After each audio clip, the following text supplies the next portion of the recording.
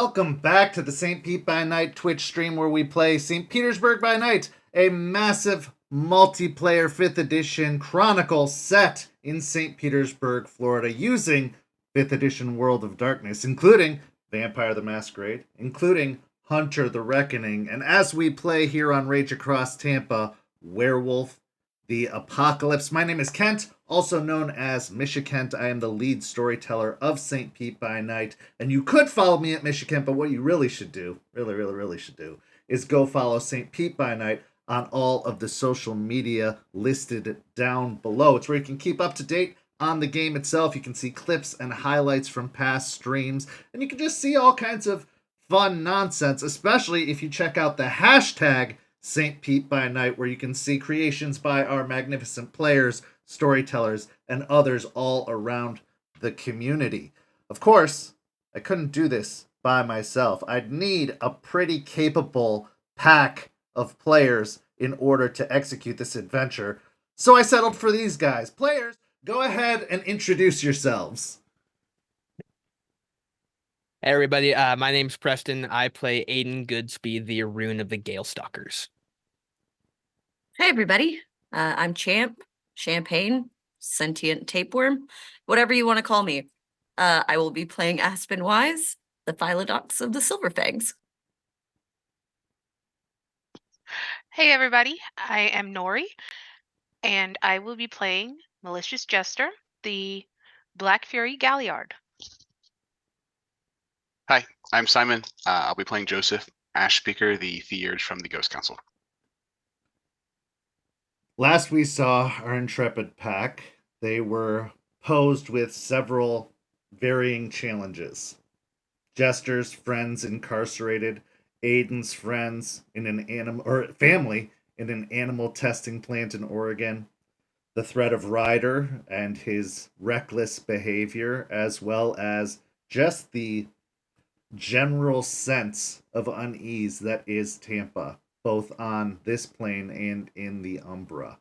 The world is dying, and we are dying with it, though we don't quite know it yet. But the Guru fight. They fight for Gaia, but they fight for themselves as well. They fight for their ambitions, they fight for the ones they care about, and they fight to make the world a better place. After some deliberation, speaking with Ryder, making an arrangement to reach out and contact Jester's friend within the prison, as well as providing protection, the focus of the pack shifted to Oregon, shifted to Aiden's family. Now, in preparation and while trying to decide what to do about such a situation, they came up with the idea that they would reach out to Guru across the country to create a bit of a stir. Using their connections, using their mentors, they would create a distraction for a company known as Magadon and its subsidiaries, which is believed to be connected to Pangloss, the cosmetics company where Aiden's family is believed to be captured. Knowing that there is some entity looking over all of it, something that connects these various companies together, they thought by causing a stir, a big enough stir, for Magadon, this could create a ripple effect and distract whatever this higher up entity is long enough that they could slip in undetected to the Pangloss facility and rescue Aiden's family. If only it were that simple. If it only could all work out just based off of theory. If you could wish it and it could happen. But there are a few obstacles to be crossed. Aiden, already distracted with the thoughts of his family and his responsibilities here, a person that you would think doesn't need one more responsibility, unfortunately found that the strings of fate would not be so kind. That the spirits that look over and manifest because of our deeds and our actions and our beliefs had a different plan for him. As he came across Terrence Thompson, a young man that was studying at the University of South Florida, And volunteering at the Tampa Zoo, out on one of his hunts, he encountered Terrence, who seemed to be unafraid as he photographed a battle with a bobcat and Aiden's ensuing victory. Attempting to scare off the young man, he was unable to do so. The man would not be so easily frightened. Feeling the northern wind upon his fur, he decided to remove himself from the situation, assuming that this was a sign that he was not meant to be there, that this was something to be avoided. But when the winds changed and directed him back towards the location of the young man, he was not to be found. And then the words of Aiden's mentor, Duncan, rang true in his head, where he learned what it was to be a kinseeker. So perhaps this is Aiden's destiny. Perhaps this is his purpose. His role in the pack is more than just muscle and might. Perhaps he is the one to find the others who have not yet changed.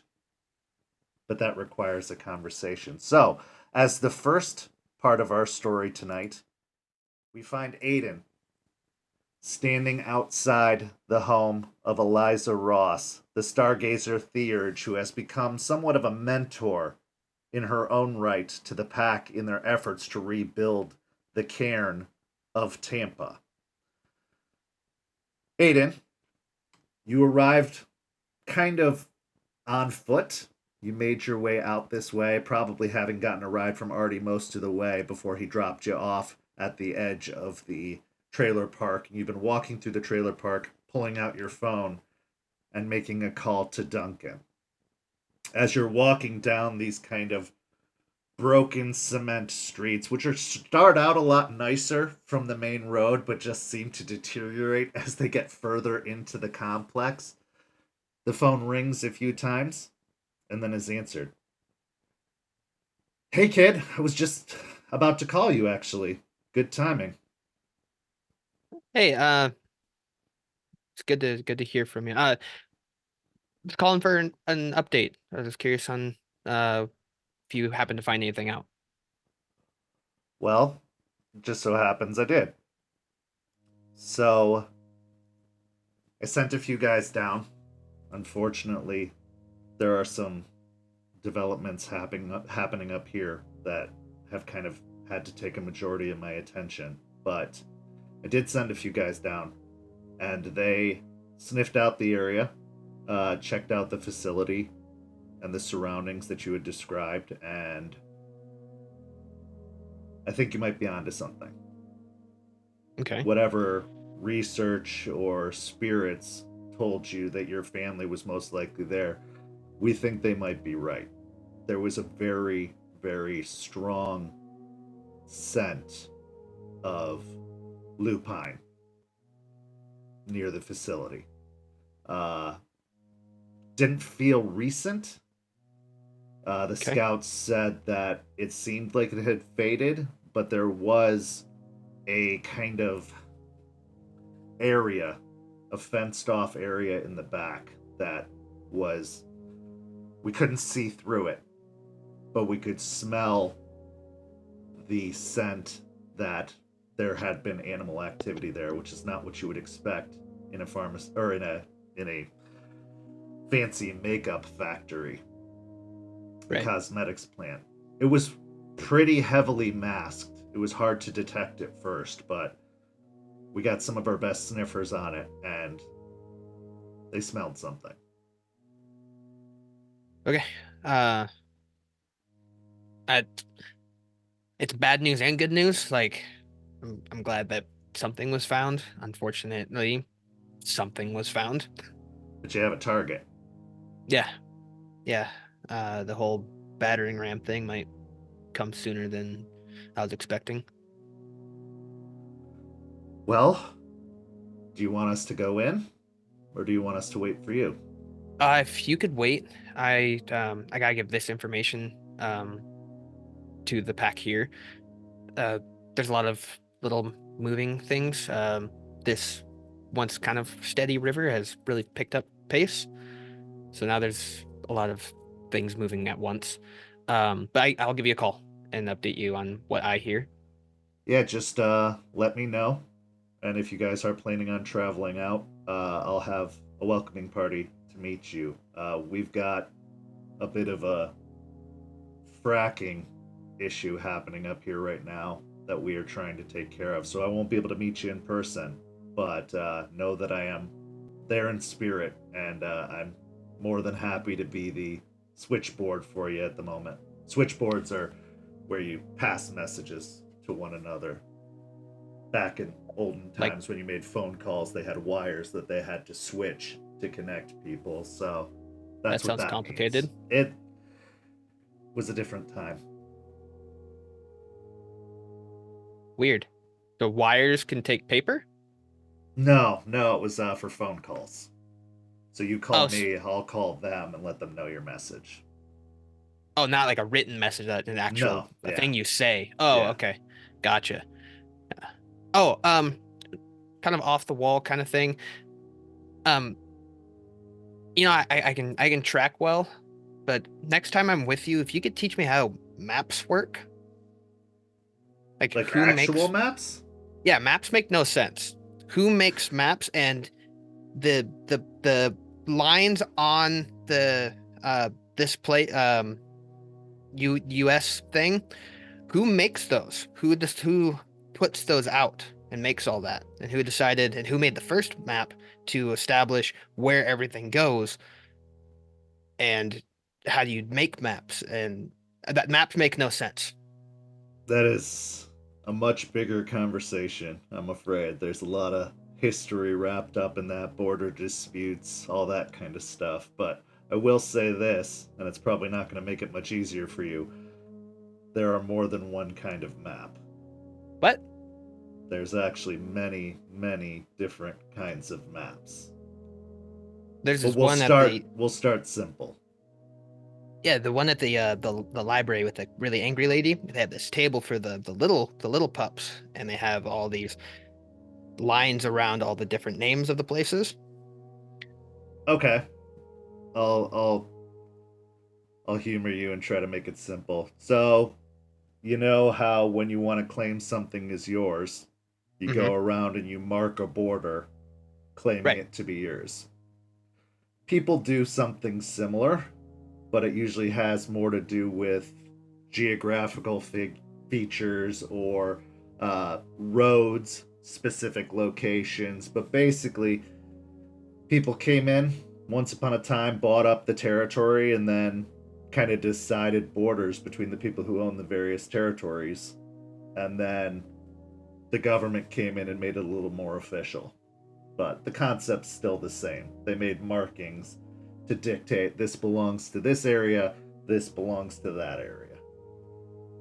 Got it. So same kind of thing of when I go to mark stuff, that is mine. A lot less urine, but yeah, That would be a lot of urine. it would be a vast amount of urine, yes. But the concept's the same. Okay, Just that makes a little more sense, formal. but it brought up a lot more questions. But we can address that at another time. That's a long conversation, but really, I'm going to tell you, it's all bullshit anyway. Stuff you Okay. don't need to be worrying yourself too much with. It's good to know, but not necessary. All right. Well, then all those maps don't really mean too much to me. I just follow my nose. Yeah, let me know what you guys want to do, and I'll have at least a couple people out here waiting in Oregon. I can't guarantee that they'll be able to be much help, but they can definitely make lookouts. I mean, they're scouts. They're not fighters. They're there to get the details and move on. But I don't want you coming into a strange place without all the information. No, that's helpful. I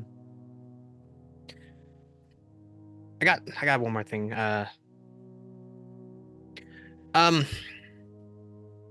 You know how you talked about when you found me, or I ran into you, but you Happen to me. be in the area, yeah. Yeah.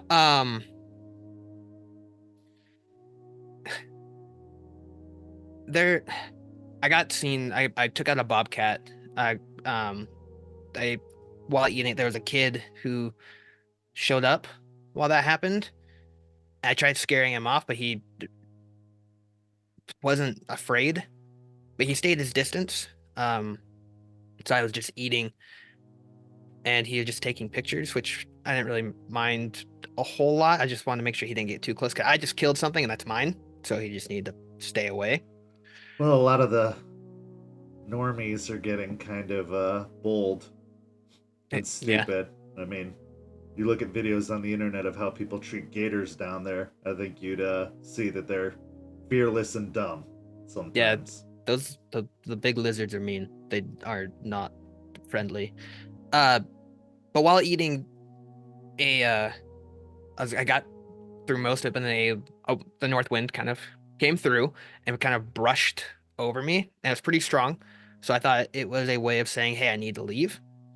So I looked to this kid, left, and then when I got out of sight, the wind redirected, like almost like a full turnaround back to the direction I was going.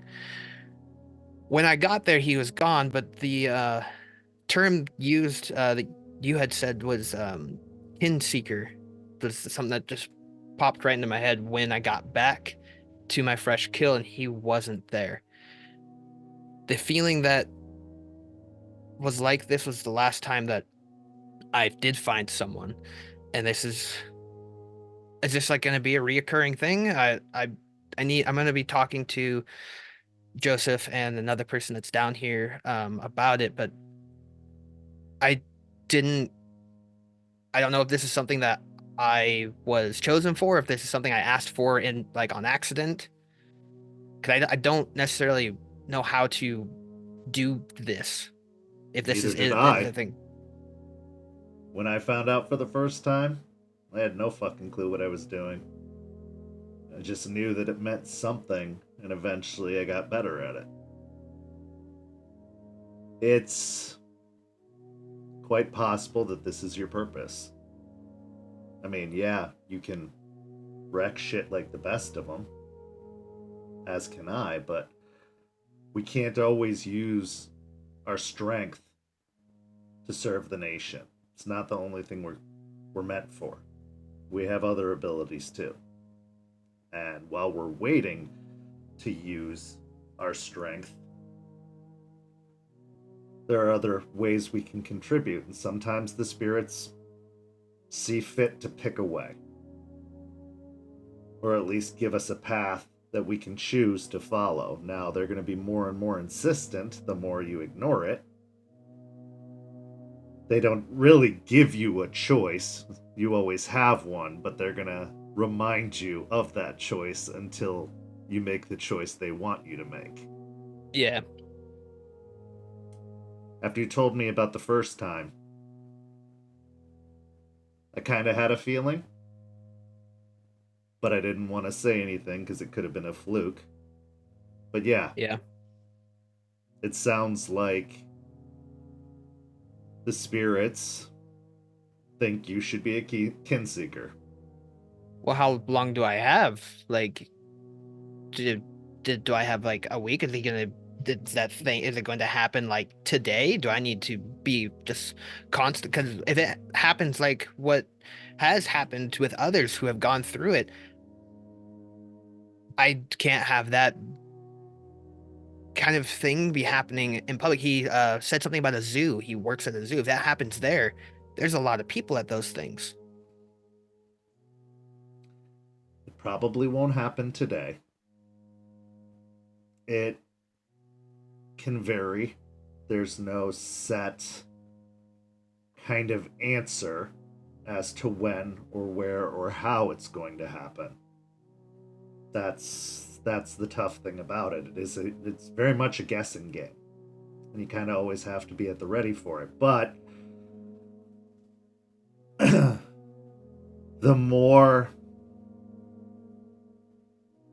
in touch you get with this calling for you, the more you'll be able to get it down to timing. This first warning seems a little more vague. Now, I'm not one to dictate what the spirits are deciding. That's the Theurge's job. That's what their specialty is. But from the sounds of it, from the experience you described, I think this was them saying, hey, there's something about this guy. Pushing you away and then bringing you back. The pushing away was to get your attention. The bringing you back was to tell you what to be attentive to. Oh, okay. If it were urgent, you would have known.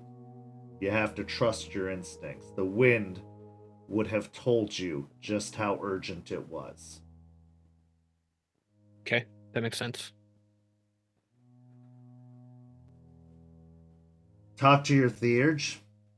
There's a ritual of sorts that you can learn that'll help you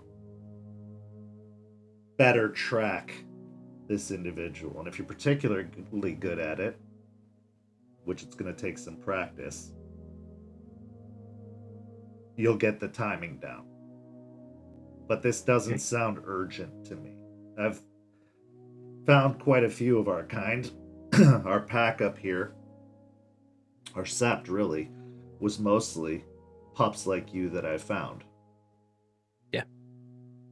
So I think you've got time based off of what you've described, but not too much. You can't ignore this. Okay, so do a ritual, and that will help the determined point of how big of a window. It'll help you I find have. him again, help you track him down, and with enough focus and enough success, yeah, you'll get the timing. The winds will tell you what you need to know. Okay. And the ritual's going to be similar to the one I do for clothing? Similar but different. Okay. The kin-seeking ritual is more about your sense of smell, helping block out the other distractions, the other things that'll keep you from being able to find that particular scent. You're gonna overwhelm your senses to kind of give it a clean slate, to get rid of the distractions and everything else so that you can pinpoint. Now, the overwhelming part of the experience could backfire and could blunt your senses so that you're not able to pick up on anything. But if you practice and train with it, you'll eventually be able to pick out our scent. Okay. And it's a lot fainter in those that haven't changed yet. So you really, really got to focus on it. But yes. Gotcha. Yes. It is a lot like that. A little more hippie, but yeah, like that. Oh, so definitely a Theurge thing. Cool. All right. Well, I'll just talk to They'll Joseph. teach you what you need to do and get you the materials for it at the very least, but you're going to have to be the one to do it because it's your senses that you're sharpening. Okay. Right. Yeah, I actually have I'm outside of the place. I gotta meet them. Yeah, I will. I'll get this going, and I will find out the information, and then I'll give you. I'll do a call. My fingers are a bit big for these little buttons. There's actually, on some of the newer ones, just one button you push and then you talk and it writes down what you want to say. What? Might be a little fancy for you, but ask your friends about it. Yeah, I'll talk to Artie about it. He got me the big screaming N on my phone, so now I'm up to date on the different shows and stuff. Ba-bum. Yeah, that one. Yeah. Yeah, okay. Well, yeah, but give me a call when you got it all figured out, and we'll get this thing done. We'll get your family back. All right. Again, thank you for doing that. I know you're busy. I'm always here for you, kid. All right. Yeah. Thanks. and he'll hang up. Okay, so now you find yourself at the bottom of the staircase leading up into Eliza Ross's trailer. The stair that had been previously cracked and broken looks like it has been completely removed and replaced with a fresh piece of wood. Going up the steps to the porch itself, it still creaks for sure. You're not going to get an entire porch fixed in just a couple of weeks, but the go away mat has disappeared and has replaced one with constellations and star patterns on it. As you kind of pull open the screen door and give a rap, you hear, "No, not over there, you idiot!" And you turn the knob and make your way in, where you can see Eliza standing behind Joseph, who seems to have cleared off a section of wall, pushed some furniture aside, and it looks like has set up kind of a big, almost like alchemist's cabinet with all these kind of little drawers inside, and that some of the drawers have been pulled out, and there's a variety of materials kind of scattered around. And she points to another one of the drawers and goes, "In this one, Joseph, this one." Okay, I got it. Found it. And with that, she kind of turns and starts making her way back to the recliner, but seeing Aiden, "Well, if it isn't he who howls, come on in." Shoes on or off? Well, Joseph will have to vacuum anyway if you leave him on, so it's up to you. I'll leave him on. She goes and sits down in the recliner and grabs a pack of cigarettes from the table and pulls one out and lights it. "So what brings the boy Wonder to see us today?" Just I hadn't seen you for a bit. Wanted to see how you're doing. I like the new additions you did outside. Looks good. I like the twinkle thing out front. Well, it's mostly Joseph's handiwork. Joseph, you made that? No, he picked it up at the store and put it on the porch. Oh. I was gonna say that's pretty good, but I guess that makes sense. So I know that the I'm really not good at this. Stop trying. Just say Okay. it.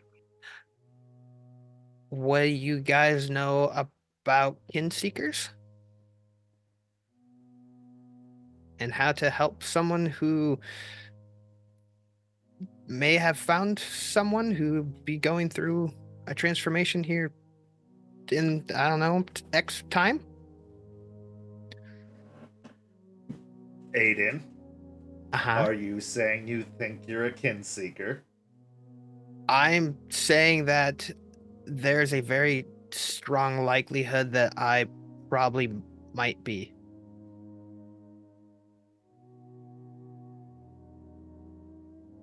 She kind of looks over at Joseph.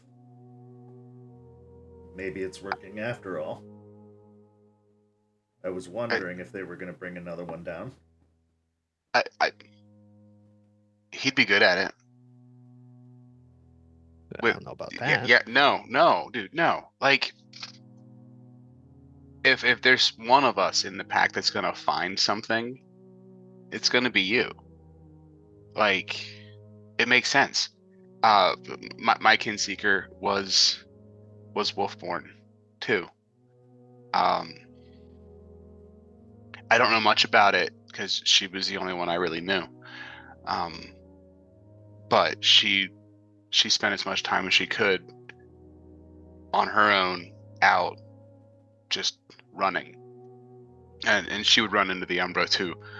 But she would go out and she would go clear her mind and go out and just keep her nose and her senses open until something came up. And that's how she found me. She found me a while before my change and was watching me, waiting for it. But like that's in you. The finder is in you. I can see that. That makes sense. So what happened? I want details. So I went a little bit further out. I have a rotation I do when I go hunting. I don't end up hunting one spot too much because then game won't come back. So I went a little bit further out than I normally did. Found some tracks I hadn't seen for a bit. But it's a big bobcat. So went and hunted and tracked, killed that. While feeding, a kid came by. About as far from you as we are. I tried to scare him off. He just sat down by the tree. He had a camera out. He was taking pictures. And then I don't know. He just hung out. While I ate, he took his food out and he was eating. And then as I was getting closer to finishing my meal, a really strong wind brushed up over him and then onto me, and that's usually like an indicator like, hey, you should probably get out of here. So I did. I looked over at the kid and he just kind of stared and I took off. Once I got like out of sight of him, the wind doesn't normally change directions quickly. It's going one. It flipped and told me it was like pushing back towards where I was going. So I went back and the kid was gone. But my mentor, Duncan, he had told me about these things called kin seekers and about what they do, and that kind of like just I guess skipped into my head, and then it just kind of sat there for a bit. But I just got done talking to him about it, and he thinks the same thing, that this could be the true purpose or the why I'm what I am, like why Gaia chose, not just as Duncan says, the battering ram for the pack, but to help growth. So he recommended talking to you guys and said that there's a just the thing I do with my clothing and how I can do the transfer, I can go big rar, and my clothing stayed the same when I go back. He said that there's a thing that will help me follow or know more about this kid. All I know so far is that he works at a zoo and he takes pictures. Joseph will get up and go grab the notebook, start leafing through it. Yeah, there's a rite. I think we have it in the notebook here. It's a pretty common one in Cairns, and he's leafing through to see if it's in there. It's in the back of the book, last page, Joseph. Yeah, there it is. Yeah, it's the rite of kin seeking. Really, we're not really creative with the names. Yeah, you don't need a fancy name. So looking at it, it looks like it's just a rite to help you focus your senses, clear your mind, oh man, coffee would be great for this. So it recommends burning of some herbs or fragrances of some kind. I would definitely recommend coffee. Coffee's a great palate cleanser for your nose, but we can throw in others to help bring awareness. Put coffee in your nose? No, just smell it. If you want to like clear out an old smell, you can sniff coffee. You'll smell it strong, but then it goes away real quick. So it's a really good like middle step. So we can mix that in the blend. We get you a blend of that. And then as Joseph is speaking, you can see Eliza's just sitting there with her cigarette, like watching him. And while she's just like kind of rolling her eyes, you can see in her overall like visage that there's a sense of like pride and kind of like he's getting it.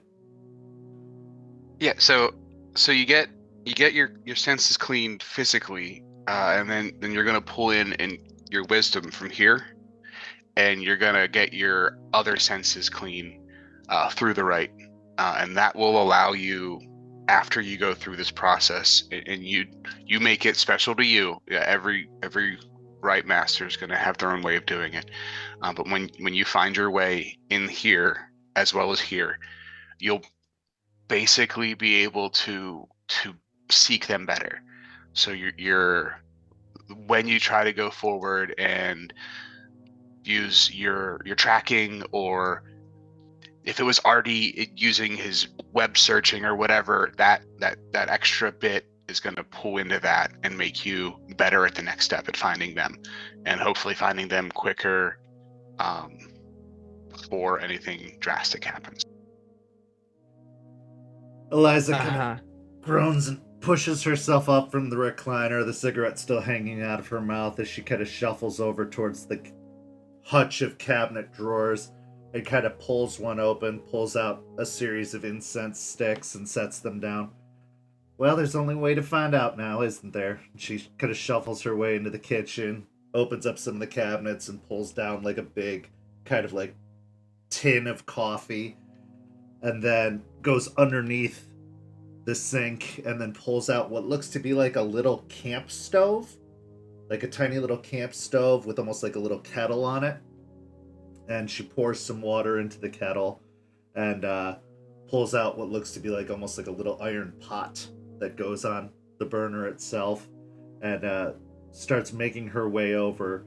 And then she kind of forcefully grabs one of your legs, Aiden, and pulls it up so that your boot is held up. Ow. And she starts scraping with a thumbnail some of the dirt off of your boot and dropping it into the tin. Alright. If you're gonna learn how to do this, you gotta pay really close attention. You hear me? Yeah, okay. You and I'll do it together the first time, but you're gonna have to practice this on your own. Yeah.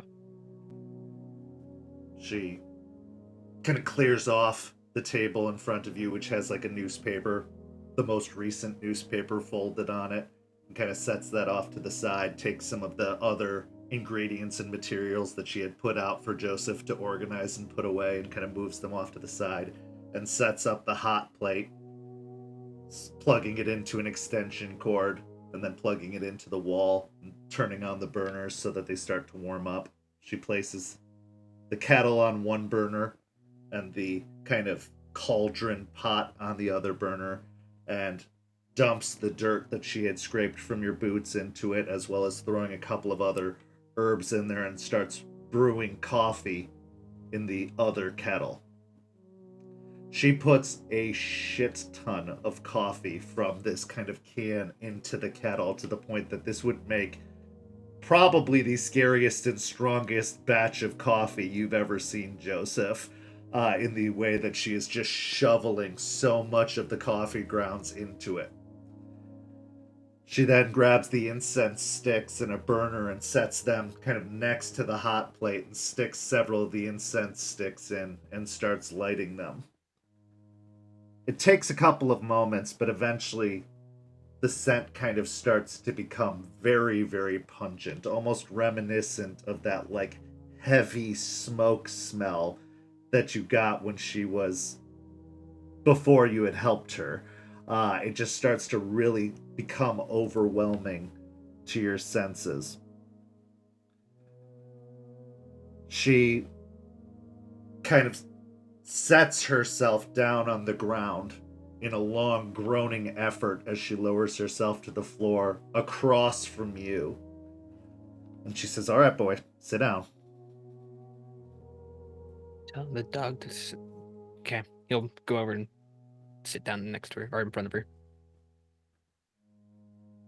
I want you to close your eyes. Okay. And I want you to clear your mind. Do what?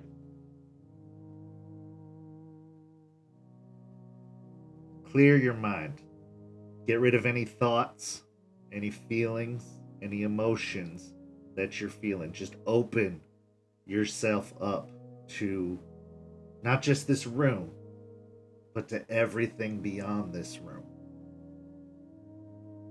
Now's not the time for thinking about any other entanglements in your life. You need to open all of your mind, and more importantly, she kind of reaches out and boops you on the nose with a finger. Your nose. Forget about your last meal. Forget about what you're doing with your day.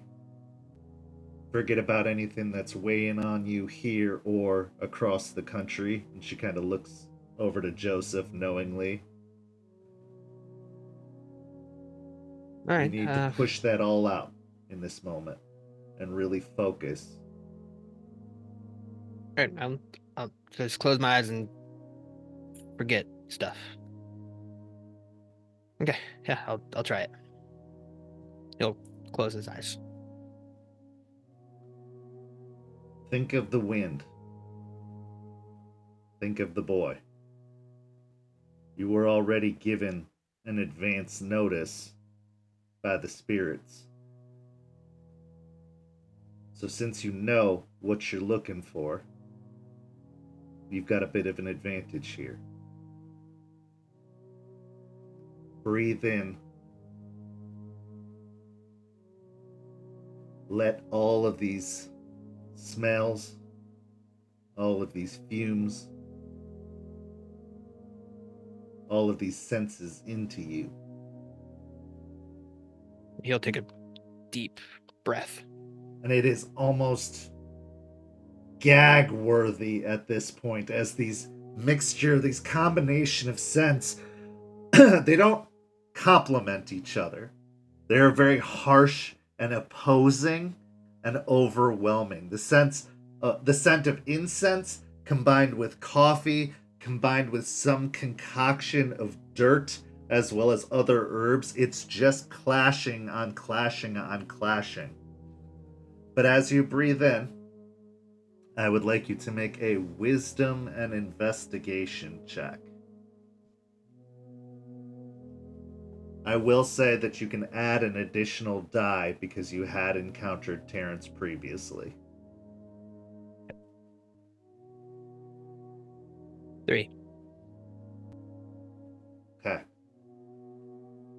Eliza, in a similar posture across from you, except her legs seem to be crossed in front of her. She places her hands on her knees and she breathes in as well. But she doesn't seem as, distorted by the fumes, whereas Joseph, you can see Aiden kind of viscerally react to it, almost like snuffling a little bit at the smell. She seems to be completely comfortable in this particular scent. As you push all of the thoughts out of your mind, all of the distractions out of your mind, that overwhelming scent starts to break into almost nothingness. Like all the sensations, all the senses, all the smells of this particular room almost completely evaporate. And then, almost like a very, very faint line forms in your eyes closed vision. It's almost like smell made manifest, as if there's a cord attached to the tip of your nose that is just pulling. And it's got a very faint but familiar smell to it. Since you've lived around wolves a majority of your life, you know the scent of a wolf that has passed through an area. This is similar, but fainter than that. But as you feel that kind of pull, your head, almost out of your own control, starts to turn in a specific direction, almost like a pointer dog, going and pointing in a very, very specific direction. And from where you're located, it looks like where you are pointing is towards the southwest of this particular location. Eliza, kind of following the same sensations, cocks her head to the side and kind of looks over in the general direction, and you can hear her kind of start muttering ever so slightly, as if she's talking to somebody, but you're not sure who. There doesn't seem to be any. Where is he?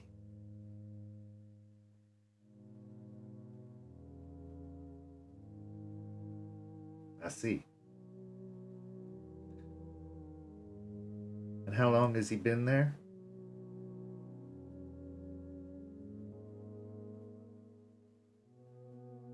And eventually she turns back and kind of opens her eyes and looks to you. You can open your eyes now, Aiden.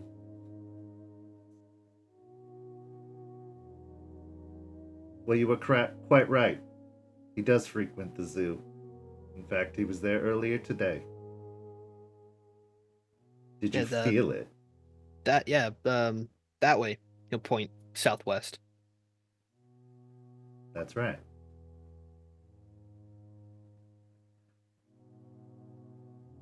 It doesn't always have to be the same. The way you create this environment. You can use a variety of scents and smells that are comfortable to you, but you gotta make sure that they are overwhelming. They have to overwhelm all of your senses to almost give you a nice little reset. To take away all the distractions of what you smell on a day-to-day basis. Okay. Do we know how long we have until? No. He's new to this. It's gonna be a bit. You got some Okay. time. But I will say this, and take it as you will. There are many that know this right. If I smelled it, and I haven't done it in a while, it's quite possible others have as well. And not all others who seek kin for good. Okay.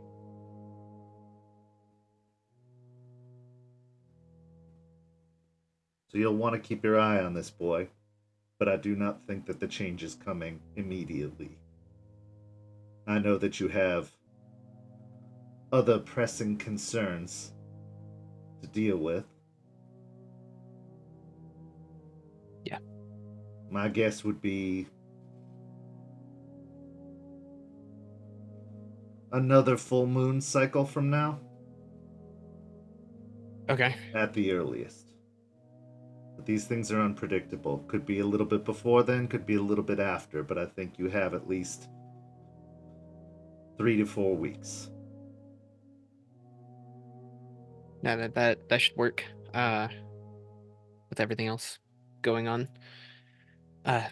Thank you. This was very helpful. Joseph, write down the rat for the boy just so he doesn't forget. Yes. You'll do that. I'll copy it over. And she kind of slowly pushes herself up from the floor using the table. He'll help her up primarily. a little bit. He'll stand up and kind of help her. Kin seeking's a dangerous business. You're a strong and capable one, so you might be able to stop them. But you might also have to put yourself in a position to cause it as well. When the time comes, if they miss their time, it becomes even more possible that it could be at a very inopportune and destructive moment.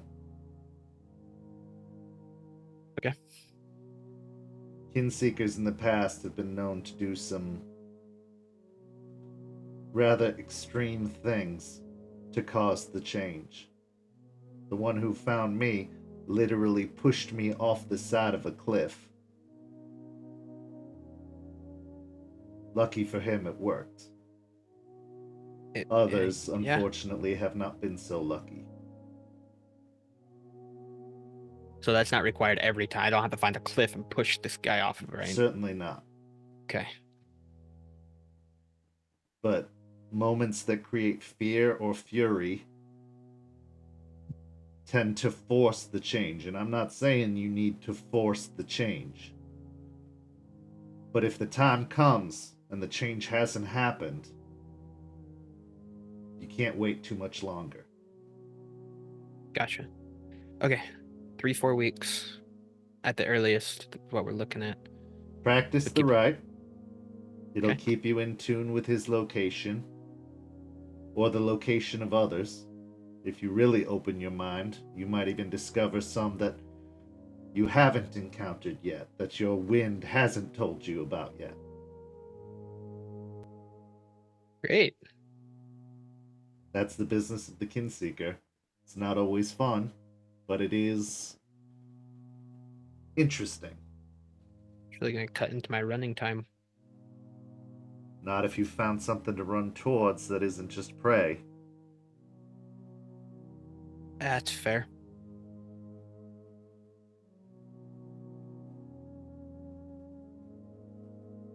So, what's this business taking you out west? Joseph told me a bit about it. Yeah. My family, my original family, possibly found at a factory. They do testing on animals. Duncan, my Pay mentor. attention, Joseph boy. Now's not the time to fade off. I've been working you hard, but you're gonna have to get harder than that, boy. If it wasn't for the dirt, I'd just drink the coffee. Factory, you were saying, Aiden. Yeah. Duncan sent a couple people. They definitely smelt something there, but it was in a way back corner behind a fence that they couldn't actually see. They couldn't get into the facility, obviously, but he did say there. The scouts did say that there's definitely something there.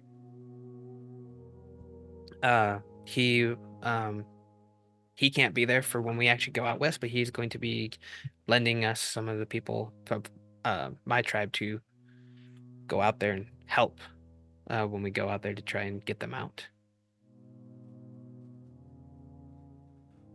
Well, that's good. We're at a good spot, Joseph. I think I can handle things while you're gone. You should go with them. Could be that there are threats that they are unaware of on the other side, so they'll need eyes on it.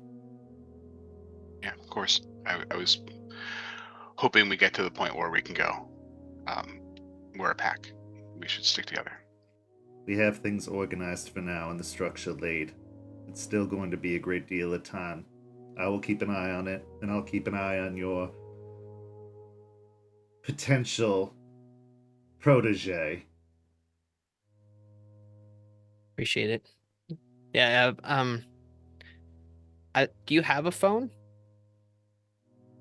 Pull our heads like one of these black things.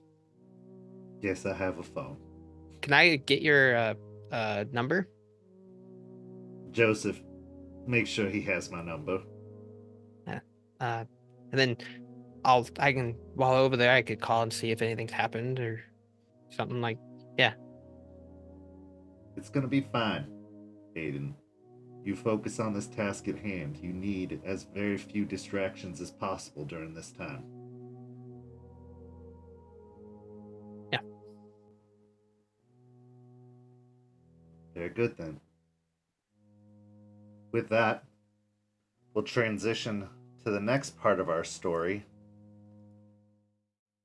Jester, how long has it been since you last saw your mentor, Ravenclaw, out in Colorado, if I remember correctly?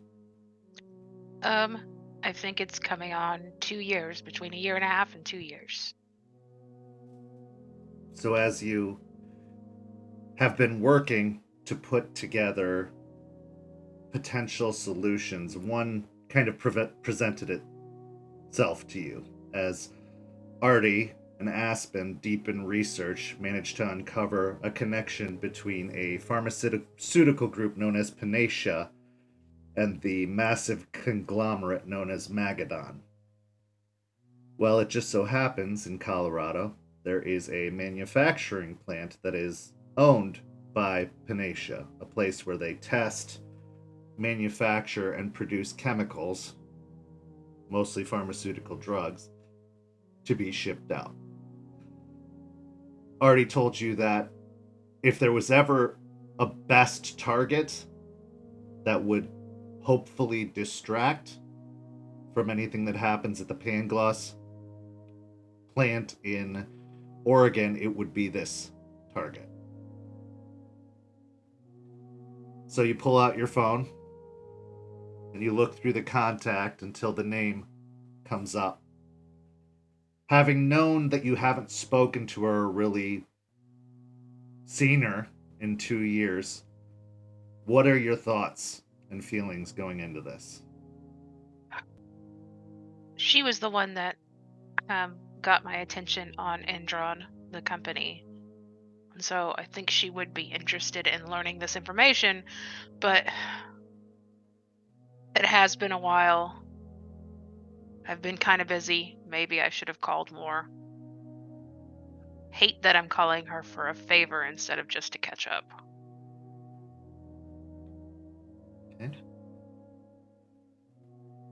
So as you hesitantly dial, the phone rings once before immediately picking up. At first, there's the sound of what sounds like heavy machinery being operated, kind of like a loud sound that almost makes you pull the phone away at first. Hello? Raven? Jester! Hey, Jess. Hey, yeah, it's me. How you been? Good! Haven't heard from you in a while.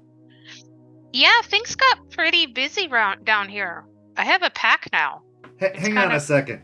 Gibbous, Okay. will you shut the hell up? And then after a moment, the sound dies down. Sorry about that, Jess. So you got a pack? Yeah. Oh, okay. What's this? Well, first off, down where?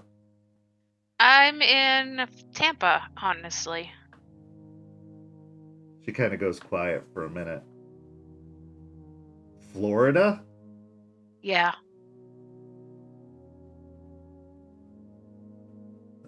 Shit. You okay? So far, yeah. There have been definitely some bumps. It's been kind of a roller coaster, but Word at the moots is things aren't looking too good in Florida right now. Or haven't for a while now. yeah, it seems we all got called here to try and fix things, make them better. Well, alright.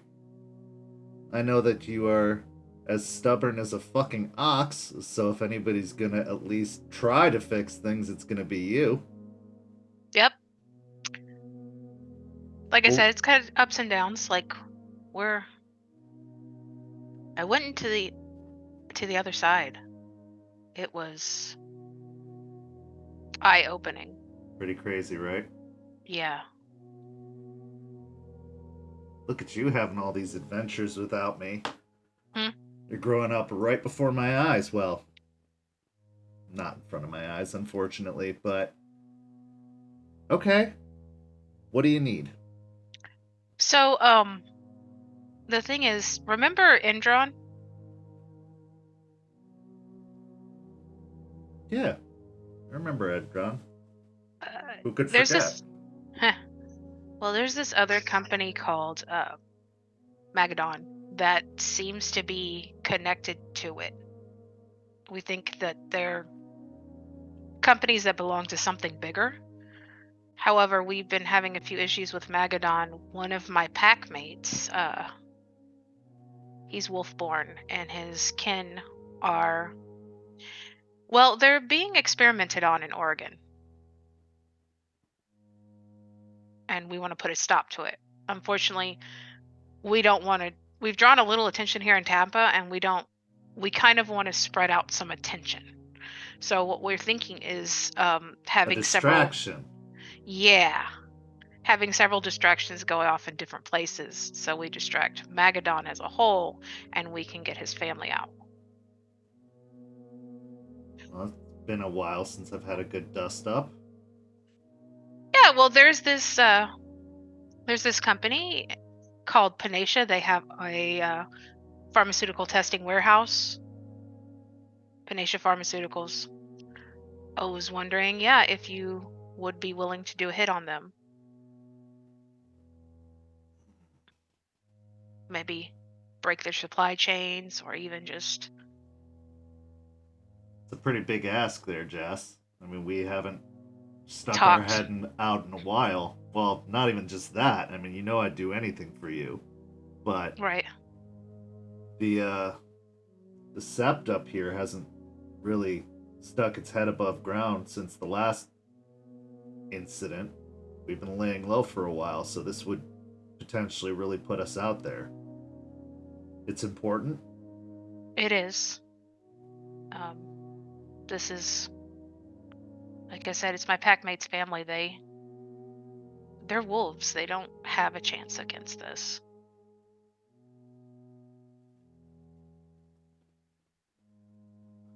Go ahead and roll a charisma and persuasion check.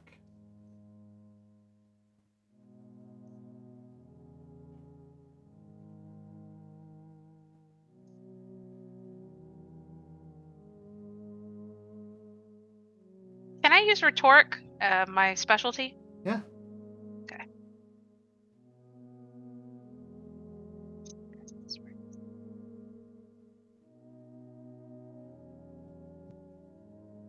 I'm going to spend a willpower.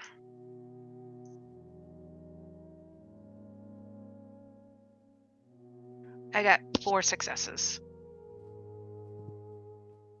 You can kind of hear what sounds like somebody typing on a keyboard on the other side. Panacea. Okay. Pharmaceutical plant. Not much more than a concrete building. Some windows. Looks like a truck delivery bay. How big of a distraction are you looking for, Jess? Well, we have a few going off at the same time, so... I mean, big enough to catch their attention, but not, like, big enough to bring them down to Colorado on you, if that makes sense. Do you have an idea as to when? Is this like we're all striking at the same time, or just kind of a series of events going off around the Yeah. country? It's at the same time, or close to the same time. Very close. I have some details I can send to you. Looks like Or- there's a lot of people employed here. You know I don't like hurting the innocents. Yeah. That's why I was hoping maybe you could do something that wouldn't harm them, but would stop manufacturing for a bit. Maybe break a few machines. Something to Right. slow them down. Something costly. Yeah. Alright. Yeah, I got you. I'll take care of it. You just let me know when. We'll start doing some research, some scouting. It's the least I can do. I know how important a pack is. And it's a good thing you're doing for this one. I hope they recognize. They do. Honestly, he didn't even want to talk about it or bring it up. He felt it was his problem to deal with. It's taken a bit for us to convince him that since we're a pack, we're here for each other. Fucking Arun. Always gotta puff out their chests and seem like the big fucking honking leaders, that nothing bothers them. He's definitely in our room. Yes. Yeah, I could tell. So how have you been? Let me fix our technical issues here really quick as we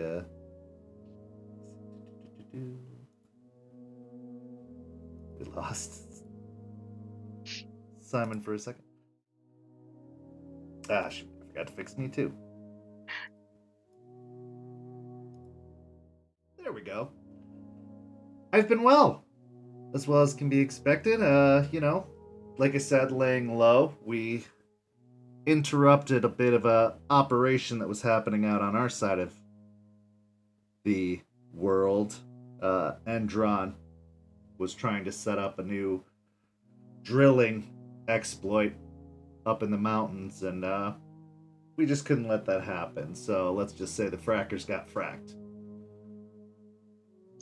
Yeah, apparently my some of my videos have been rubbing some people of Indron the wrong way, since now they've sicked a lawyer on me. Lawyers? Yeah. I fucking hate lawyers. It's a pain in my ass. But I do have a friend who is a paralegal. She's part of the pack too. Her name's Aspen. She's our leader. I fucking love lawyers then, I suppose. I would say, for the most part, I agree with you. But I think there's some good ones, and she's in environmental law. Good enough cause. What she charge you? I don't know yet.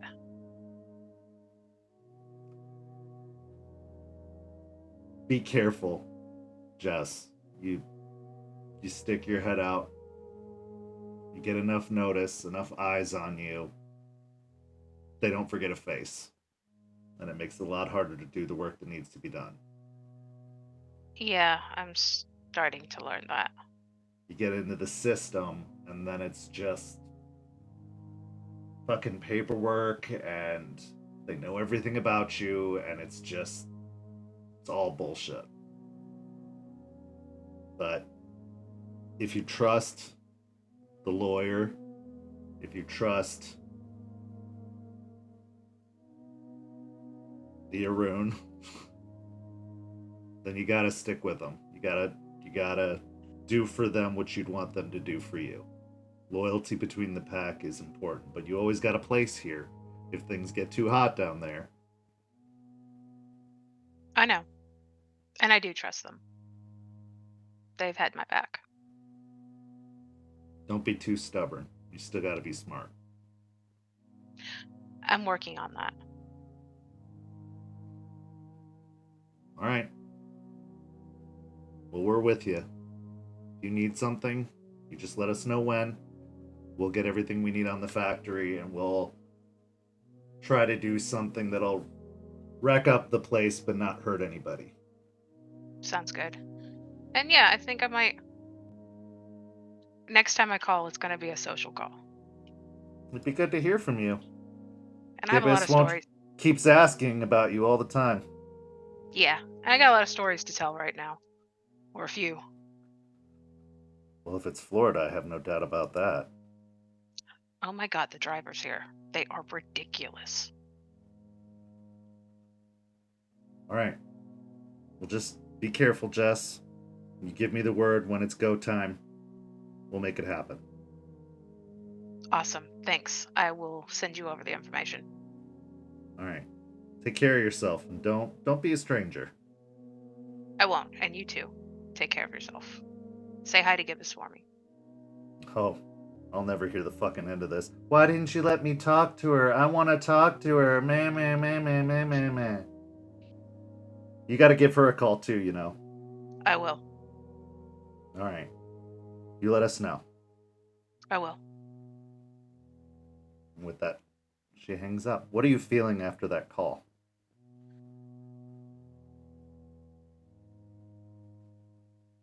Worried for them, but I am feeling still a sense of accomplishment. That's what I'm feeling. That I managed to talk them into doing something. I know it might be risky to them, and that's why I'm worried. But on the other hand, it could help us out a lot in helping get Aiden's family.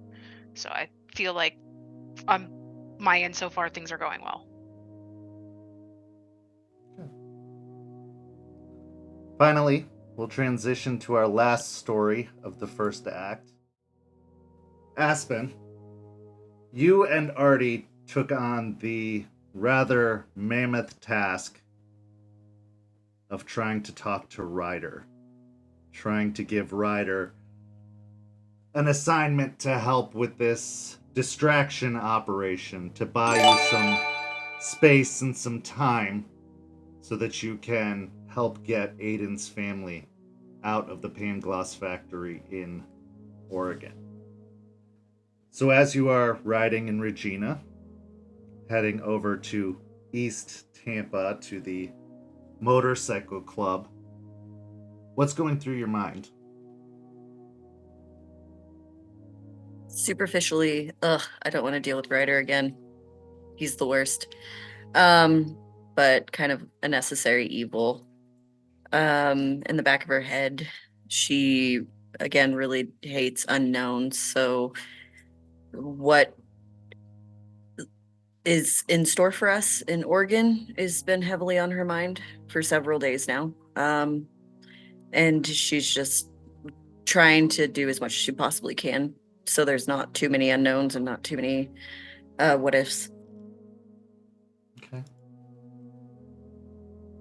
As you're driving, you thinking like the leader you are about the task ahead, trying to set aside the frustrations and kind of in dealing with Ryder and trying to stay focused on the task at hand. Artie kind of pipes up and says, "What? Okay, we need to talk about it. What was with that party?" Oh, Like, honestly, that's not what I had planned at all. Had I known about that, I'm so sorry. Had I known about that place, But it was a sex club, right? it was definitely a sex club. I don't know why they were like saying, "Oh no, it's not that," but that's all it was about. I don't know. Let's just, not go there ever again. Next time I'll find a place a little closer to home. It just seemed like whatever. Probably for the best. It was fun. It was good though. I had a great time dancing. Good. He kind of says with a smile, and he blushes a little bit as he looks out the front window. So, based off the research, we're trying to point towards the manufacturing plant near Jacksonville, right? Correct. Yeah. And we do need to emphasize the no killing. Well, if we're doing this all at the same time, like Jester had suggested, then it should be a couple hours later. So if we push it towards, I hate to say it, towards nighttime, that would be probably our best bet. Now, I don't know if there's any leech activity up there, but I don't know if the two things are connected or not. But I picked a place a little bit more remote to try and get rid of the odds of there being leech activity. Plus, I was considering the further out it was, the less likely there is a chance for casualties or collateral damage. Right. I think it'll be best. I think we can kind of keep him from the murder hungry tendencies. Not saying that that's what he's really all about, but I'm not saying that's not what he's really all about. But I think it's gonna work out. Okay. Well, we're here, and Regina pulls into the gravel parking lot next to the all-black shuttered building that is the motorcycle club. As the car kind of dies down, as Regina silences, you can hear again the loud thumping kind of noise coming from inside the bar. Climbing out, you can see a line of motorcycles. There's only about 7 or 8 of them lined up at this point, but you can hear the loud kind of cacophonous activity happening inside as some classic rock anthem kind of blares, reverberating off of the large plywood sheets that seem to be covering up the windows. Making your way to the door and opening it, you can see that there are a bunch of individuals kind of gathered around a pool table playing pool. There's cans and glasses from various drinks that are kind of scattered all throughout the room. And standing kind of leaned up against the bar on the opposite side is Ryder. Upon seeing you, you can see that he kind of looks over towards a clock and then ticks his head towards the back room, as if to say you're right on time and to follow him.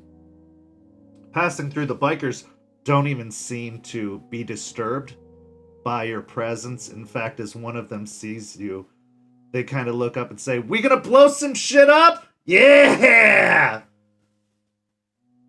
Artie kind of ducks his head nervously and just makes his way through, kind of staying close to you in almost like a protective stance, but almost subconsciously. Like he's doing it, but he's not aware that he's doing it, as the two of you make your way through down the back hallway and into the back room of the motorcycle club. Getting into the back room, you can still hear kind of the faint thumping noise of the music reverberating from the other room, but it is dulled down enough to make it a lot easier to conversate in this back room. Following Ryder in, you see him head over to the cage where he removes the lock and reaches up and pulls out the large kind of silver clave from inside the cage and walks over to a workbench and sets it down. "So I heard you had a job." We do. "Yeah? So, What's the job?" we have a place just outside of Jacksonville that we'd like you to go to and intercept some tainted pharmaceuticals. "Why?" Honestly, as a distraction. We have several people doing similar things throughout multitude of places, and we needed your help. "You trying to get me out of town?" No. "What are we distracting for? I like to know all the details before I agree to anything." Absolutely. We have a issue that had come up with Aiden's family, and we are trying to get them out of a precarious situation. But that involves us actually leaving town and heading up northwest. So we would like for you to help us with that. "So you're acting globally instead of thinking globally and acting locally?" For this specific instance, yes. Our eyes are on here. We're working here, but this takes us elsewhere for a moment. "Aiden, he's the scrappy one, right?" Yes.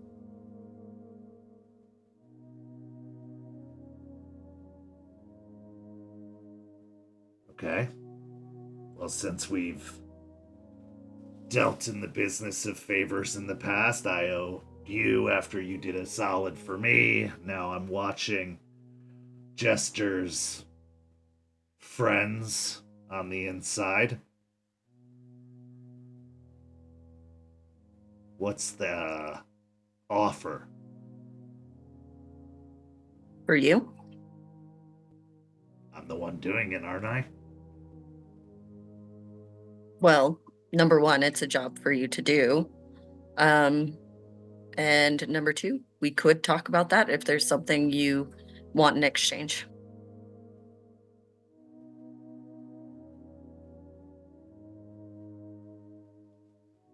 Also, I the fact want that in you're on whatever you're doing. You talked to the old lady. You've been hanging out at her place. You're trying to build something here. I can see it. I right. don't want to be left in the dark. I've already told you what we've been trying to do, and I've offered you an in.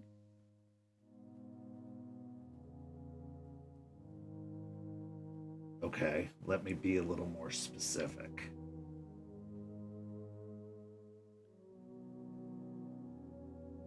When wartime comes, and it will come, I want to know that I'm not going to have any opposition from you when it comes time to lead the charge.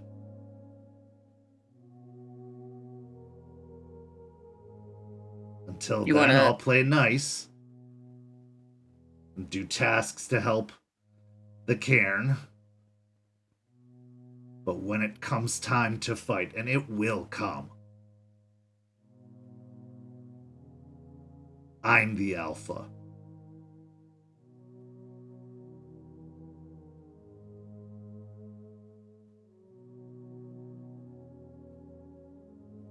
You're not one to work nicely with others, are you?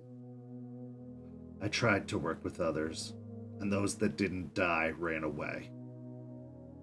So I have to be a little more forthcoming and a little less diplomatic because diplomacy failed. Well, I can't say that I want you doing what you did at the plant, so I can't in good conscience say yes to that. I can offer you a spot within the pack, but as pack leader, it would come down to my judgment.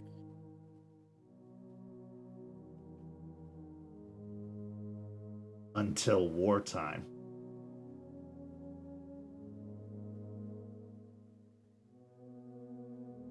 As the leader during wartime, I should not be challenged. The strongest becomes the leader during wartime.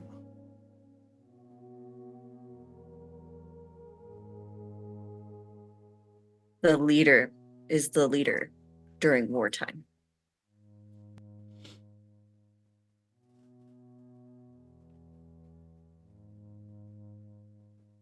Go ahead and give me a manipulation and intimidation, or I'll allow for an argument for a different kind of role if you have something else in mind. I personally would like to do charisma and persuasion only because I'm not intimidating him in any way. I'm being completely honest and following the litany, and I'm just spouting what the litany says. Okay. Also, could I activate my gift to add some to my dice roll? Yeah, go ahead and describe the gift, what's required to activate it, and what the role is. Absolutely. The gift is Ancestral Conviction, and it just bolsters your persuasion or speech with other guru, and gives them that idea of leadership from your words. And this is the gift from... It's Ancestral Conviction. No, I know. What's your spirit? I'm trying to teach people. Oh, the spirit specifically? Yeah. The falcon. Right. But it's from the... Right, whatever. Yes, you can roll that. Go ahead and roll. Okay.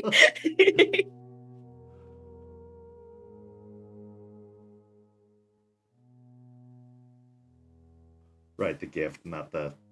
Right.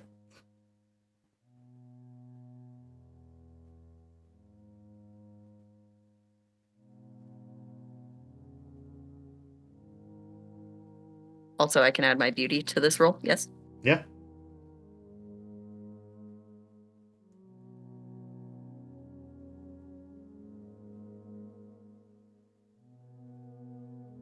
That is 6. Okay. He kind of stares at you very coldly.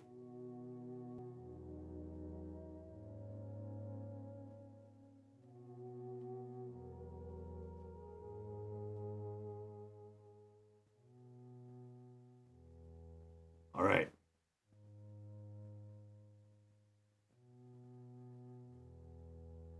I don't know what the future holds, but I don't want to be left in the dark anymore. If the Guru here are doing something for once,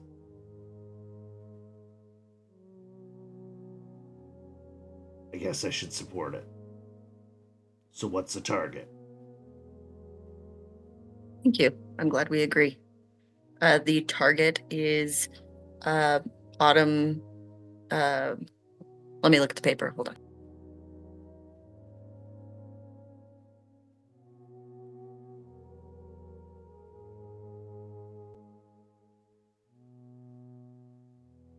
So it's Autumn Health Management. It's a hospital. I need you to intercede some tainted pharmaceuticals, which also brings me to my next point. Absolutely no killing will be allowed.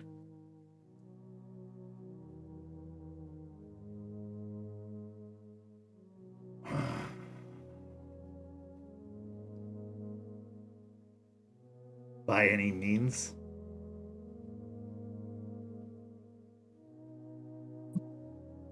Absolutely no killing will be allowed.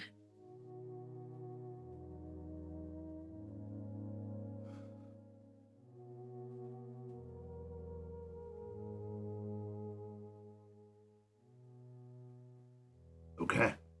I got some guys who can do this job then. I will I appreciate it. oversee it, but I won't. I'll tell them, no killing. We get the pharmaceuticals, we get out. Little damage as possible. I appreciate that. And I can promise that I can keep you in the loop.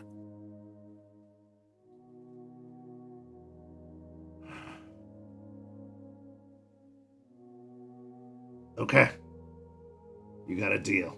And he holds out his hand, but he holds out his hand, and you can see that there are the same kind of burn scars that decorate half of his face, kind of over his hand and up his forearm.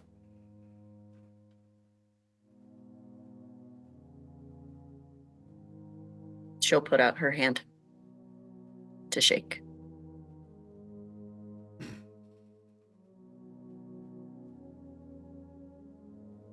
Maybe some changes coming after all.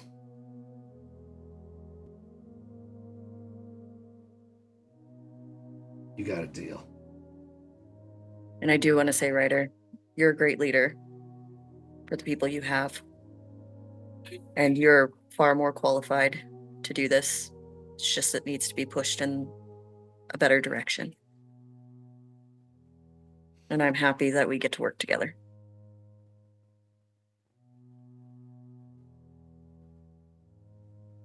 I did it a long time, and it didn't work. The nation wouldn't come back. You're here now, so maybe a little change is good. I agree.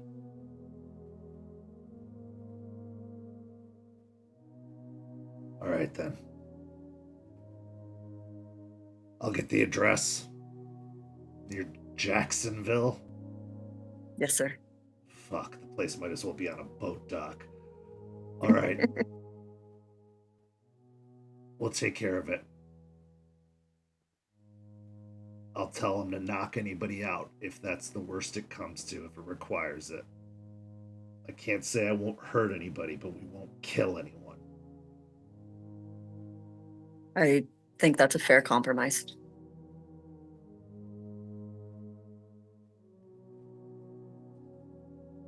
All right. I look forward to hearing about the progress of things when you get back. And we will let you know as soon as we're back in town. Good. Thank you, Ryder.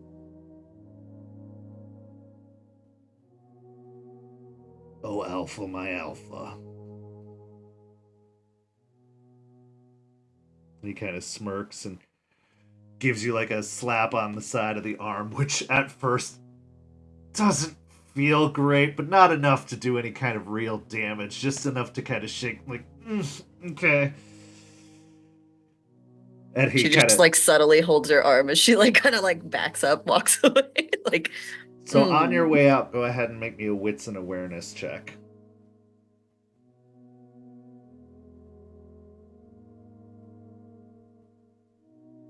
Two. Okay. So as you're walking out, you can hear him kind of carrying the glaive back to the cage and putting it away. But on a cork board next to the door that leads back into the hallway, you see a pamphlet for the Tampa Zoo pinned onto the cork board. And with that, we will take a break. Hopefully we can help get our dear Theurge's internet issues resolved. But if not, next stop, Oregon. We'll be back in just about 5 minutes, maybe a little bit longer, depending on how things are going. But we will see you all very, very soon in just a few minutes. We'll be right back.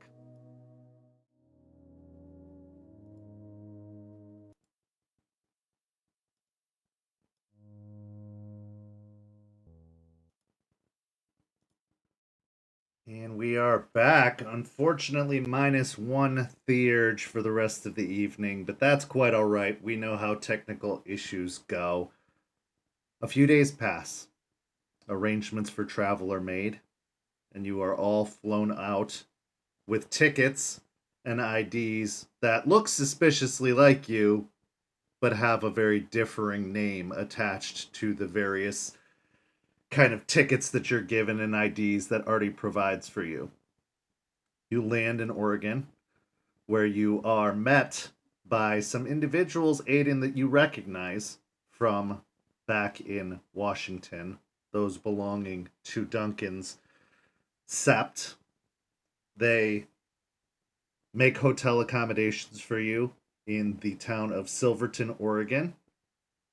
Not that far from Silverton, Oregon, on kind of a small motel style location, which is probably only 5 or 6 miles from the factory belonging to the Pangloss Cosmetics Company. Pangloss being a subsidiary of a much larger cosmetics company known as Siren, which has been kind of on the forefront of cosmetics for some 30 or 40 years at this point. What, over the next couple of days, would you be hoping to find out about this particular factory before your operation takes place? We'll go one by one just to make sure everyone's questions are answered before we get to the night of the operation. Aiden, we'll start with you. He'll go with the other Gale Stalkers that were there and do a scout with them just to kind of see rotations, see things coming in and out, the fence in the back, check and see if there's a possible way to just get in there and get out without being seen, or if they're like how actually secure this place is. Okay, so let's go ahead and start with a dexterity and stealth roll just to cover your entire time kind of scouting out the facility, and then I'll ask for further rolls as far as just getting a lay of the land and trying to determine the things you're asking about. All right, that was the wrong pool. at strength and stealth. That doesn't really apply Nope. here now. I want to strongly stealth. Yes, and I want to grab the sneak my shadows. way, stomping my feet. Yes. 3. 3 successes. Okay. So as you're kind of making your way around the facility, it appears that you aren't detected. Go ahead and roll me a wits and awareness check as you are kind of trying to scout out the fence itself, as well as looking for any signs of security or anything like that. 5. Okay, so the fenced off area where your tribe mates kind of point out they had detected the scent kind of looks like it's primarily chain link fence. There are some tarps kind of draped across it, and it looks a lot like the outside yard area of a kennel.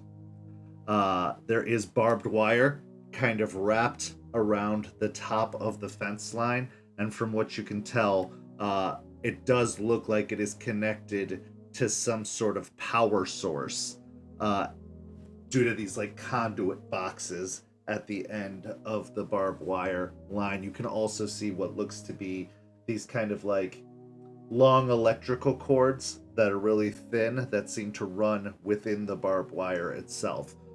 Due to the tarped sheeting, which is tied off pretty well, it seems to obstruct any view from looking in through the chain link itself. And the Gale Stalkers kind of say that they didn't attempt to touch any of the linking just because they had also noticed the electrified kind of conduit boxes and were afraid that it might be to the fence in its entirety and didn't want to take a chance. Yeah, that's fair. As far as getting in, it looks like the fence kind of goes down to the ground and may even be buried beneath the ground itself. You can kind of see a concrete block that runs along the length of the fence on all sides, where the poles are sunk in and the chain linking kind of goes down into the concrete itself. This does kind of give off the vibe of like a storage area. As you can see, there is also seems to be this like this roofing that is constructed. It's mostly like aluminum siding roofing that is constructed that is blocking over the top of the fence and kind of goes all the way over, so that potentially anyone spying overhead using drones or overhead photography would not be able to see down into the area below. With your wits and awareness check too, I will say there are some pretty strong odors here, especially coming from the back area, but you don't get any really familiar senses. It's very overwhelming, the smell of like chemicals and definitely the tarp sheeting has a very strong odor as well, as tarps can often do. It looks like the tarp sheeting itself is actually fairly new, that it has been out of the package not very long. Most likely replacement sheeting from the harsh weather conditions that had swept through over the last few months, possibly having done damage to the tarps that were there prior. But yeah, there's definitely a scent of kind of like perfumes and just really, really strong floral odors kind of coming from the area. Yeah.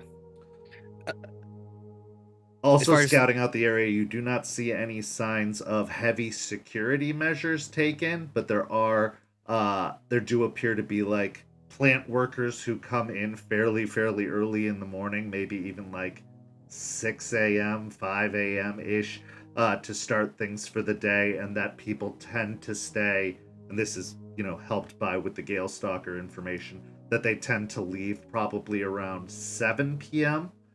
They had also mentioned that there is kind of a nighttime security car that comes through and does like pass-bys fairly regularly, but the plant itself doesn't have like 24-hour security. Different than the last factory he looked at. Yeah, Basically, this is more like a traditional industrial complex factory. You know, they work Gotcha. their shifts. They work pretty long days. Overall, probably 2 shifts, but they don't have a 3rd shift. Gotcha. Okay. Yeah,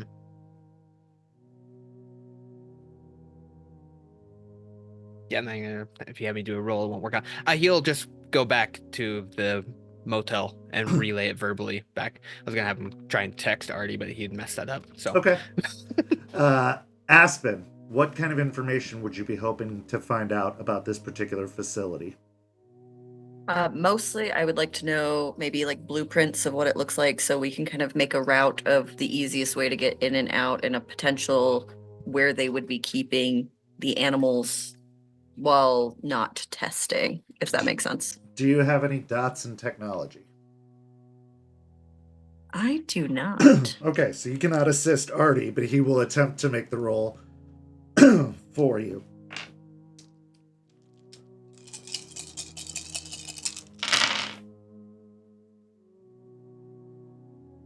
He's going to spend a willpower on that. Okay. So, Artie is able to provide some blueprints from the city clerk's office of the factory itself. However, they do seem slightly out of date. You can see that there is some kind of big manufacturing laboratories that are positioned primarily on the main ground floor. It is a 2-story building made of primarily concrete, but it does appear that there are some windows like most industrial kind of businesses would have. They have a large shipping and receiving area where they most likely ship out most of their products. And the 2nd floor seems to be primarily accounting, as well as some like offices for the executives that run this particular plant.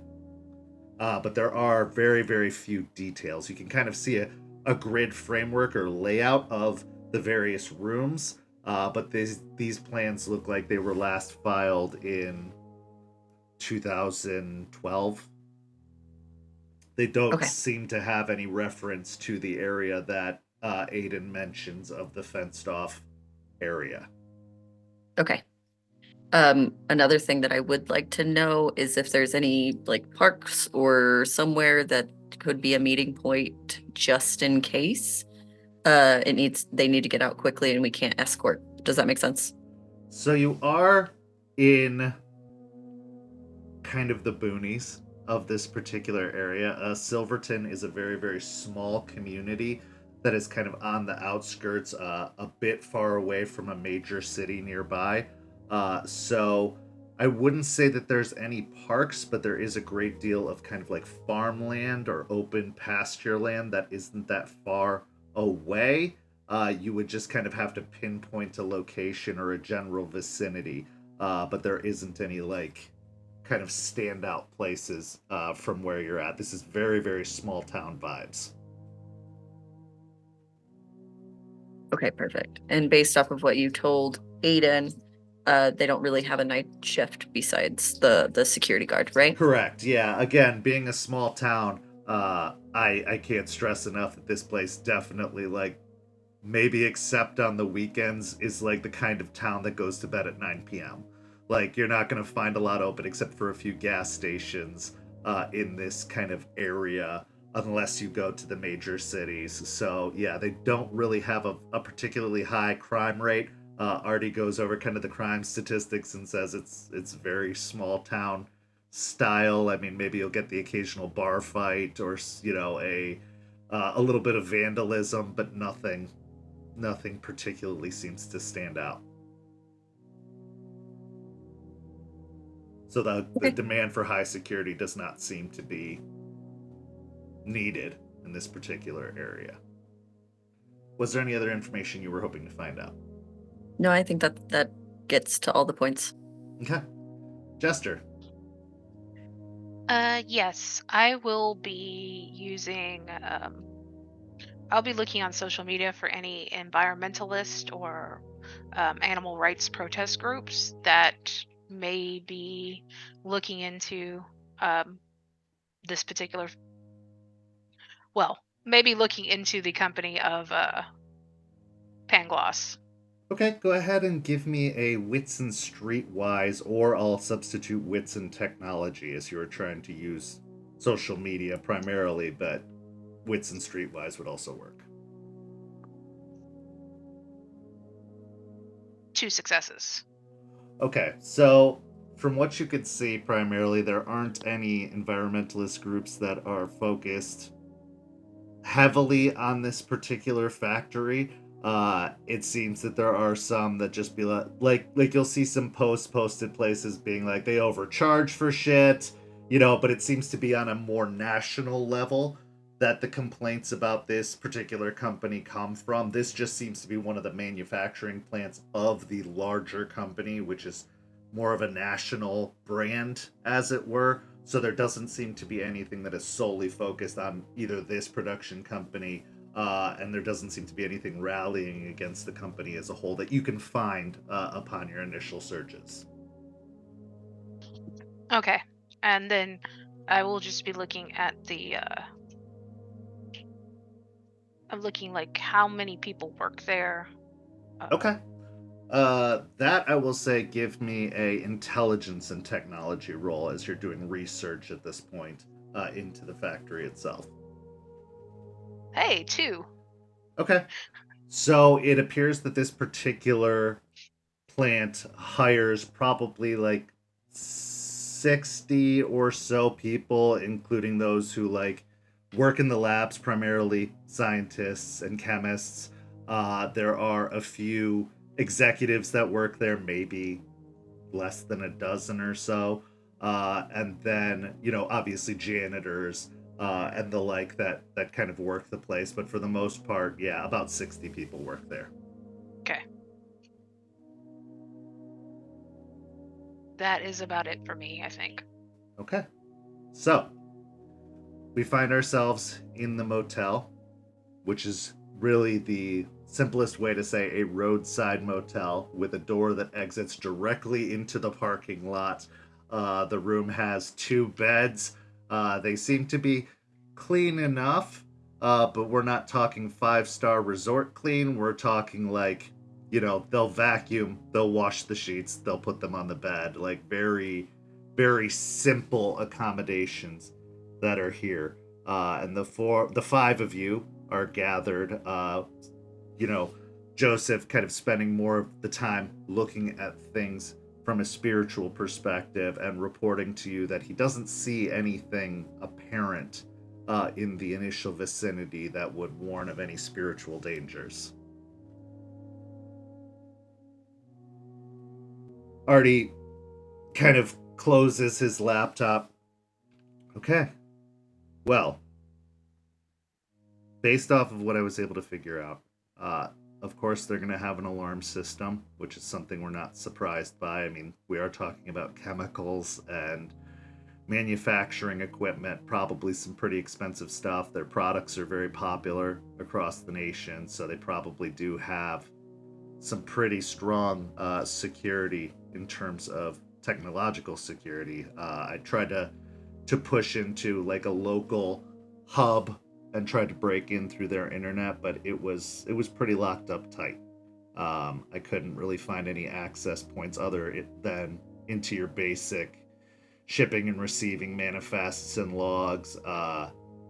Nothing seemed out of the ordinary, but I almost guarantee that there are some separate databases that I couldn't necessarily find or get visible to.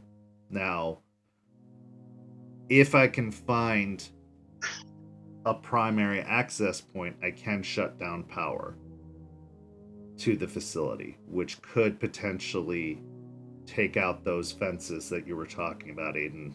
Although if they have a backup, it'll take me a little bit longer. If there's any kind of battery backup or generator backup, that'll take a little bit more time. But I can send in some guys who can muck up the works pretty good.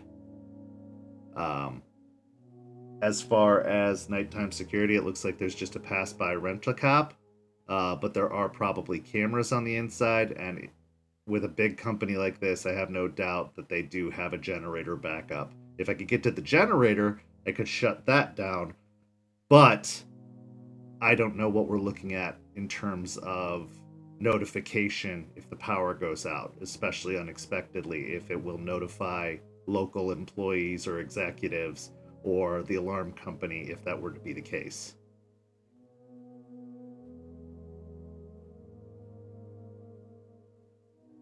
Do you have the blue picture thing? The one that shows how the building looks? Oh, yeah. And he opens up the laptop again as he doesn't have a printer accessible to print out actual physical copies. It says, so, okay.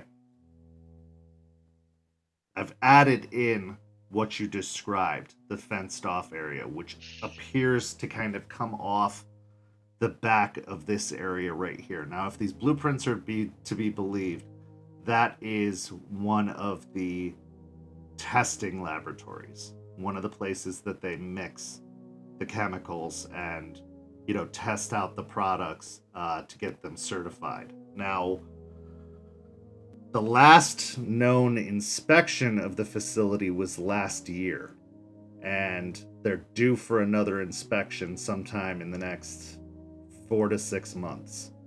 So they have yearly inspections, but the last inspection came back clean. There was no reports of any animal testing.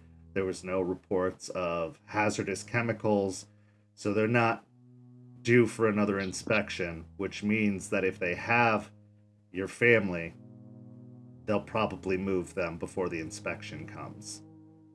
The way you described the fence, while it seems permanent, it seems multifunctional, so they could clearly clean that area out and put something else in there if there isn't already other things stored there to make it seem less problematic. Okay. The gen box thing you were saying, if you got to Generator. that, yeah. If you got to that, you said you could possibly turn off all power to that, right? Like, even if the cameras and stuff you got to that, there'd be no power to it, right? For the battery backups, yeah, for the generator backup, because most likely, considering it's Oregon and it's in the middle of nowhere, they probably get a lot of power outages when any kind of storms come through. But they probably have an automated generator that kicks on to resume at least enough power to the facility for emergency purposes to keep, you know, refrigerators or freezers going, to keep security cameras on. Plus, the security cameras probably have their own battery backups attached to them. For the generator, if I can take the generator out, which I should be able to do, I will be able to cut out primary power, but any kind of battery backups attached to security will stay on until those batteries die. And there's no way to kill those batteries? There is, but if they're individual batteries for each system, it's going to take a time. If they're all connected to the same backup battery, it'll take less time, but I'll have to get to the security office to do that. And the security office appears to be ground floor, kind of located in the epicenter of the facility itself, which means we're gonna get taped getting there. Now, I could get there myself, but I couldn't take anybody with me. I have special spirit things that allow me to kind of be unseen, but I would be going alone into that epicenter. Okay. So we definitely don't want to be seen. So I think those cameras being removed would be ideal.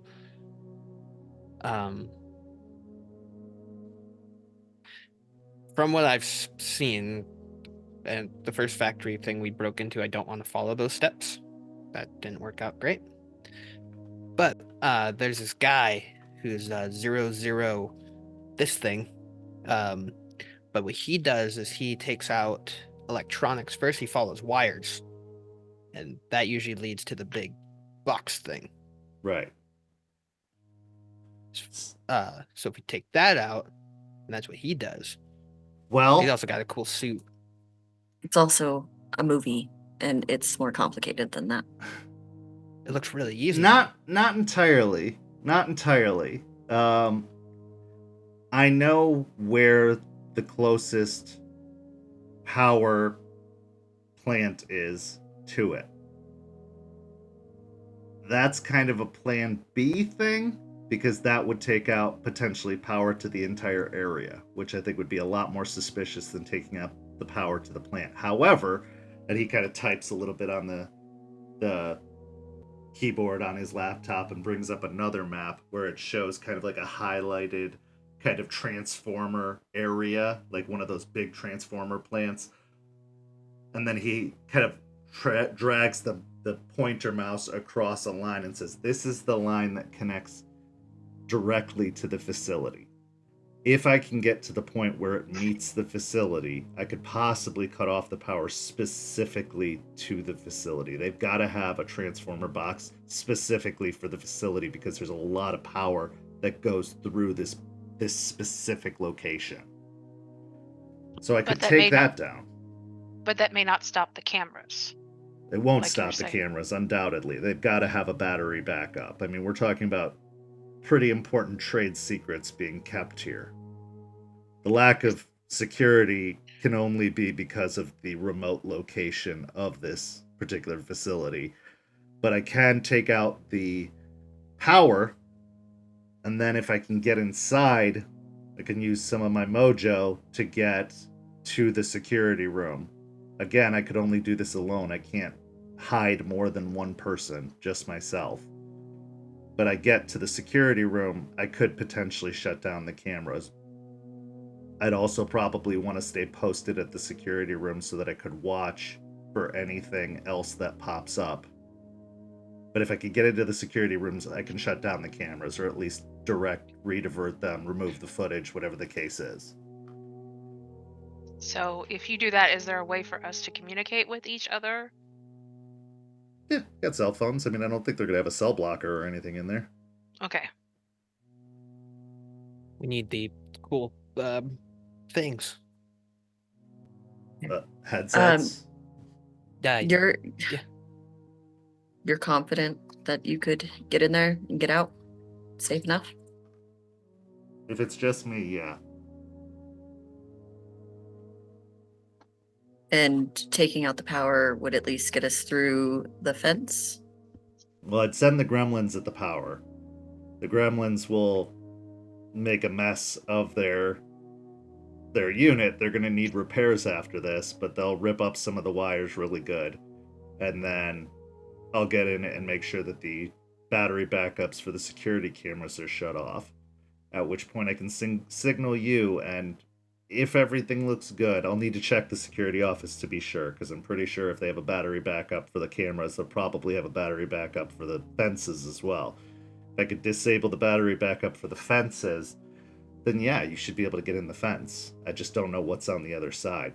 We haven't gotten a good look as to what's in there. But yeah, I mean, we'd get that far.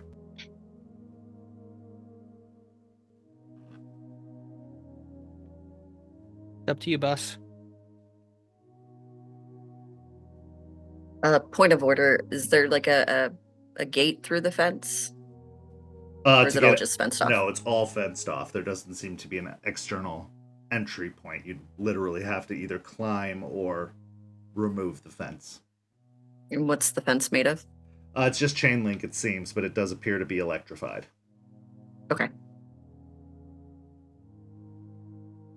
If Artie can get in there and turn all of that off, it seems like we can... That space is probably our best bet. The fact that it's not on any of their official stuff means that it's not wanting to be looked at, so... The other thing we have to consider is if this security footage is streamed anywhere. Because in the 21st century, there's remote access to security cameras, and usually in big conglomerate companies like this, they lead back to a home office. So, I do have a signal jammer It's temporary, but it could be enough to at least buy me time to get to their security office to shut down any feed that connects outward. Would that stop us from being able to talk to you, though? Yes. Well, that's less than ideal.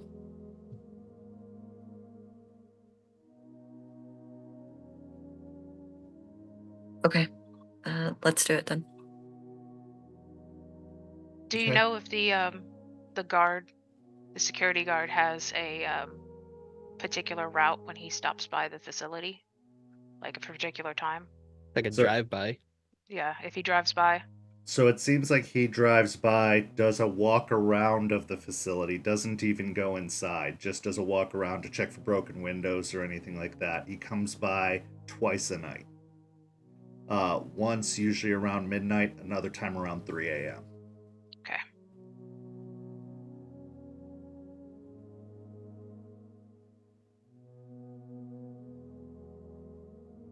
All right, so Artie goes in, does his thing. Then once we hear from you, that means your jam is turned off, and then we're able to move forward with the. If I can shut off the streaming, if I can make sure that the signal is blocked, or at least shut it down from the inside, then yeah, I should be able to turn off the jammer and then we can talk. But if I can't, for one reason or another, the jammer will have to stay up until I'm out.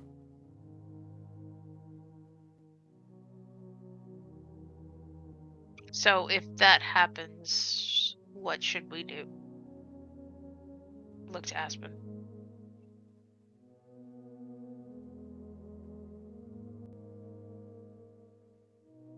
Pretty sure I could rip through chain link if need be. Oh, I'm sure of that.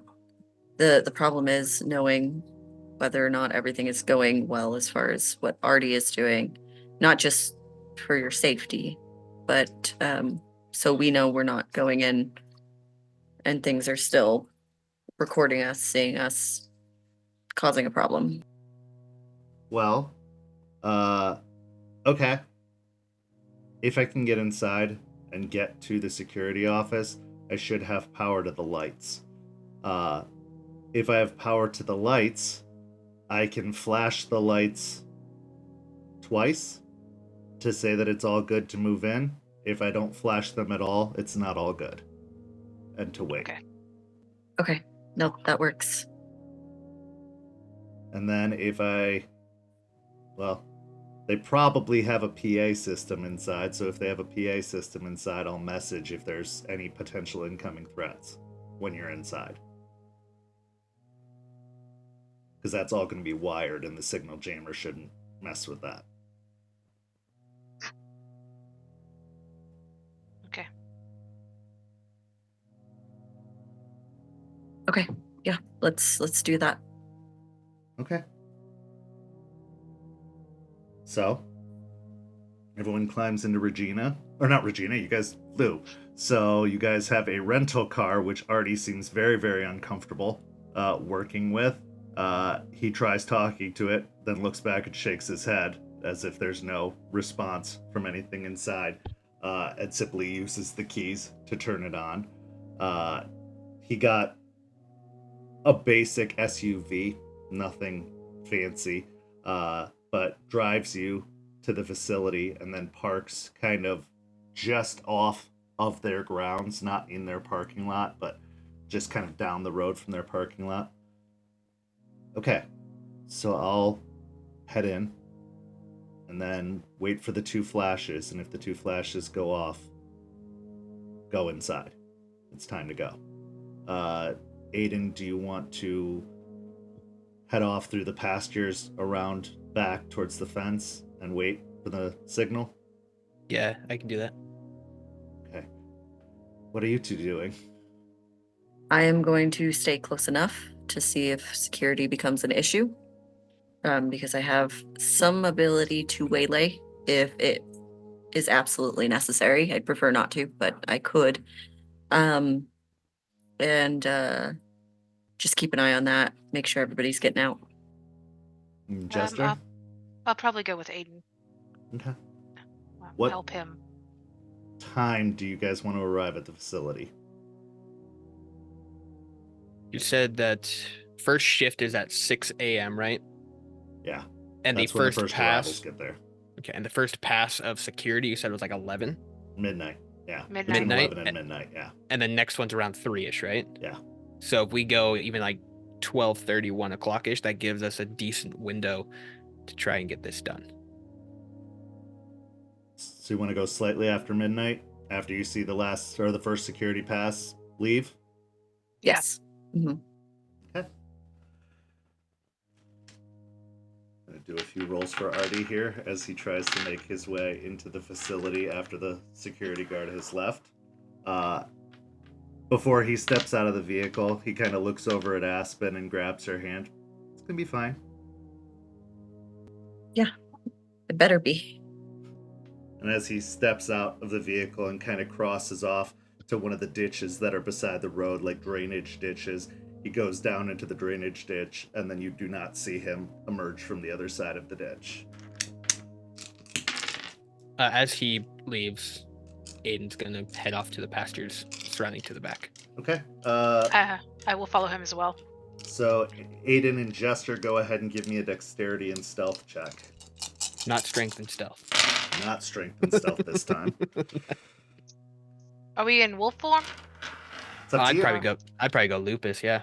Yeah, okay. So that's a free transition. So as you kind of climb out of the vehicle, you find yourself having one last moment of making eye contact with amongst the three of you before Aiden and Jester both kind of drop down onto all fours, making the full transition as they've gotten more and more comfortable doing so. Before their hands even hit the ground, they find wolf paws and pads touching down on the grass as they drop down onto all fours, their clothes morphing with them because of the rites of dedication that have been done, allowing them to make the full shift without destroying any of their garments. Fur kind of spreads out across your arms, over your shoulders, down your back into almost like a mane of sorts that drops down and ends in a tail at the back. Your maws kind of stretching, but comfortably so, not painfully so, as they just kind of make their way into these wolf muzzles, and your eyes become much sharper, much more aware, and much more comfortable in these kind of out of town terrain that you don't often get to venture, especially you, Jester. You don't really head out to the sticks of Tampa very often, but it does feel very comfortable like it did the night you went hunting with Aiden. And almost in a formation, the two of you take off into the woods. Now, because you are in your lupus form, you can both add 2 dice to your stealth checks. 3 successes for Aiden, 4 successes for Jester. So blending with the shadows themselves, they both also go into the ravine, and as they come up the other side, they find the shadows of some trees and bushes from the nearby pasture and almost melt away into the darkness, leaving you, Aspen, alone in the vehicle for the first time, seemingly, on any of these kinds of operations.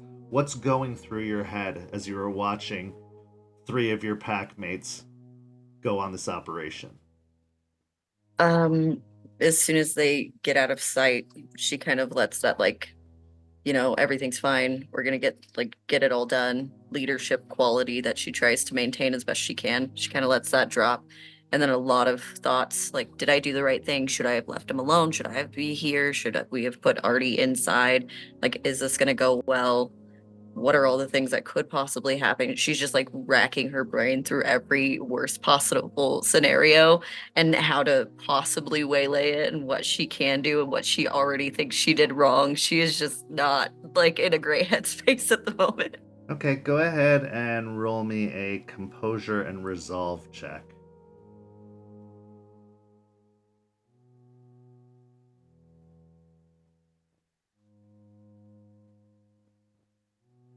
I will say also, for the purposes of heading into the factory, you both get an additional rage. So all of you get an additional rage. So you're at 2 rage now. That is 3. 3 successes. So despite the rising anxieties, the rising worries, you find yourself steadying more than ever, holding on to the confidence and the responsibility of leadership just enough to kind of keep them at bay and keep you from doing anything rash, at least at the current moment. A few minutes pass, and Aspen, your cell phone chimes. And as you open it, you see a text message from Artie that says, "I'm at the doors. I'm turning on the jammer. Cute butt." And then that's the end of the message. Aiden and Jester, you've successfully made your way around the exterior of the facility. Go ahead and roll me wits and awareness checks as you kind of are making your way around to the back fence.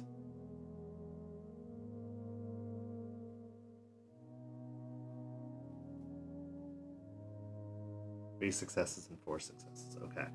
So kind of looking around the edge of the building, you can see that kind of near the corners of the building itself, that there appear to be security cameras positioned on the corners of the building. You do not see any activity happening from within, and you have positioned yourselves well enough with those perception checks to make sure to stay out of sight, keeping yourselves kind of low and in a very loping stance, using the high grass of the pasture nearby to kind of make your way around the exterior of the property, heading towards the back by the fence area, which does come into sight as you kind of make your way around the back. Now you wait, hunkering down in the grasses.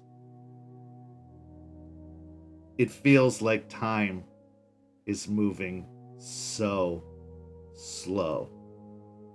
What is actually minutes feels like hours as you kind of keep your eyes perched on this almost like security entrance light that appears to be over a back door that leads into the laboratories. And as you wait, you see it go off, plunging the entire area into darkness. You hear, with your perception checks, the sounds of something motorized starting to kick on, like a grinding noise of what appears to be a generator. From the sound of the noise, it seems to be coming from the fenced-in portion behind. But you can hear a generator kicking on, and you see the light come back on again after a few moments. But you see from some of the windows of the exterior. And Aspen, go ahead and roll me a wits and awareness as well. 2. You see the big kind of halogenic sign that says, Pangloss Manufacturing. You see that sign dip into darkness, and then a few moments later kick on again, kind of like struggling its way on. But you can also see that several of the kind of constantly lit windows in the front of the facility kick off, and it seems like some small floodlight security lights come on after those few moments as well. Another 10 minutes later, which feels probably closer to an hour that's waiting, you see all of the lights of the facility flick off, then back on, then off, then back on. Almost a moment later, you hear the generator shut off. Aiden and Jester, what would you like to do? Aiden will, still in Lupus, kind of look over and confirm with Jester that was the signal. Jester will nod in wolf form because she still has human interaction, so she'll nod. At that point, Aiden will make his way up to the fence. Okay. Jester So will follow approaching behind him. the fence, it's very, very dark. And being in Lupus form as a Guru doesn't quite give you night vision. It gives you sharper senses, but not quite night vision. So it's very, very dark. But with your keen sense of direction, Aiden, you do remember that fence. You've studied that fence because you have every reason to believe that on the opposite side of that fence is the family that you've been hoping to find this entire time. So you make your way until you're just about a foot away from the chain link fence. What would you like to do? Going to switch out of the lupus form and go into back to Hammond, or go to lupus straight to Glabro. So going into Glabro form, the kind of hulking, the very svelte wolf that you were shifts into this kind of hulking, massive, statuesque form. A lot of the hair melts away, replaced by the skin, but there are still like large patches of hair along your arms as the musculature kind of bulges in your very form, and you kind of raise up into this almost demi-human looking creature in front of the chain link fence. Rage check was a success. Rage check was a success. Okay. And I will also shift to Glabro. Looking at the fence. Rage check was a success as well. Okay. So also, making this kind of shift, you feel yourself growing a lot more powerful, a lot less sleek, but you can feel the strength fueled by your rage within you kind of bolstering up as you take this more hulking form, prepared to, what I can only assume, wreak havoc on the fence in front of you. Yeah. Aiden's going to, without even thinking about it, because he saw and it was confirmed about the power being off, he's just going to grab onto the fence and attempt to just rip the links apart. Okay, Jester? Actually, if he grabs one side, I'll grab the other. I know he wanted to grab like two, but we could like grab on one side and break it, and so it's like a teamwork thing. Okay, so who would like to assist who? What Because this will pool be are a we doing? strength and athletics check, as this is just pure power and force. I have 2 in athletics. I'm sitting at 7 pool. I think it's the same. Same? Yeah. Rock, paper, scissors? Sure. I always Wait. pick rock. Actually, hold Oh. on. Does my favor work, or is it only people? Let And me what's check. your favor for everybody watching? The favor of the Gorgon. Yes. Gorgon calls upon her followers to eliminate barriers and punish those who create or maintain them. Black Fury's players can add a die to a pool used to oppose or circumvent someone or something in the position of power, relative to themselves or someone in their care. Because it specifies barriers, yes, I will say your favor would play into effect here. That would I give will- me... I will yeah. assist. Okay, so you can add an additional die to that pool on top of the favor die granted to you by the Gorgon.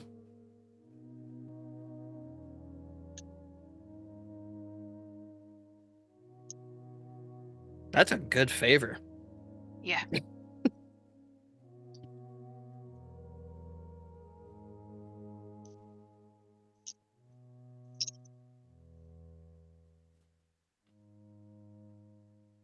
I got a crit. That was my crit dance. 7 successes. 7 successes. Okay. So, with your combined might, both of you kind of grabbing an end and starting to yank, you can hear the metal groaning angrily, trying to resist your pull. It's meant to withstand wind, it's meant to withstand rain, and it's even meant to withstand a bit of, pressure pressing against it or pulling against it. What it's not meant to withstand is the full might of 2 very intent Guru. So almost like zip ties snapping off of something, the chain links start popping and pulling as you yank the fence away from the support pillars.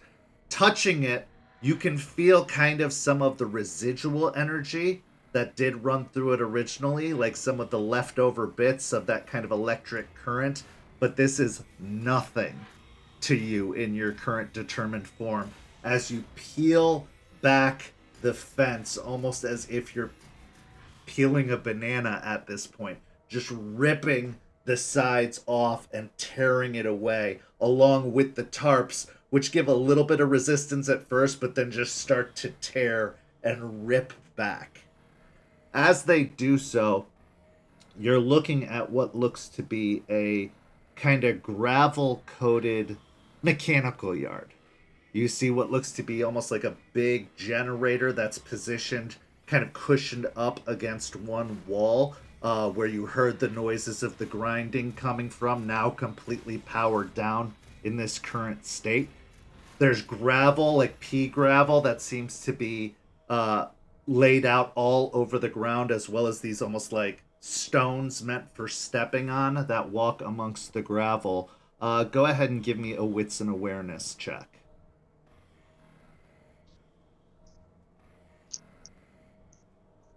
Another 4.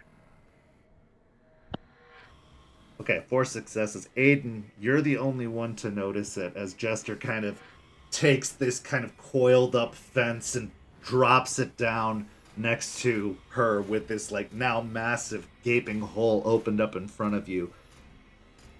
Amongst the pea gravel, you see, though most of it has been cleaned up, it looks like there is some, well, I'll put it as crudely as possible, piles of shit that you recognize to be wolf feces, kind of in some of the scattered corners of this kind of yard that's been created for them, this back lot to give them time to, well, do their thing and get a little bit of outside time.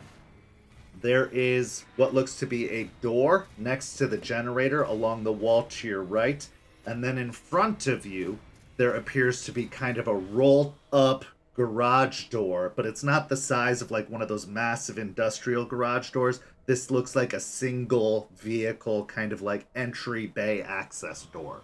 It's only about 8 feet tall, and it does look like it rolls up in the inside. But there are no windows. It is completely covered over. With what was your successes on the awareness check, Aiden? 4.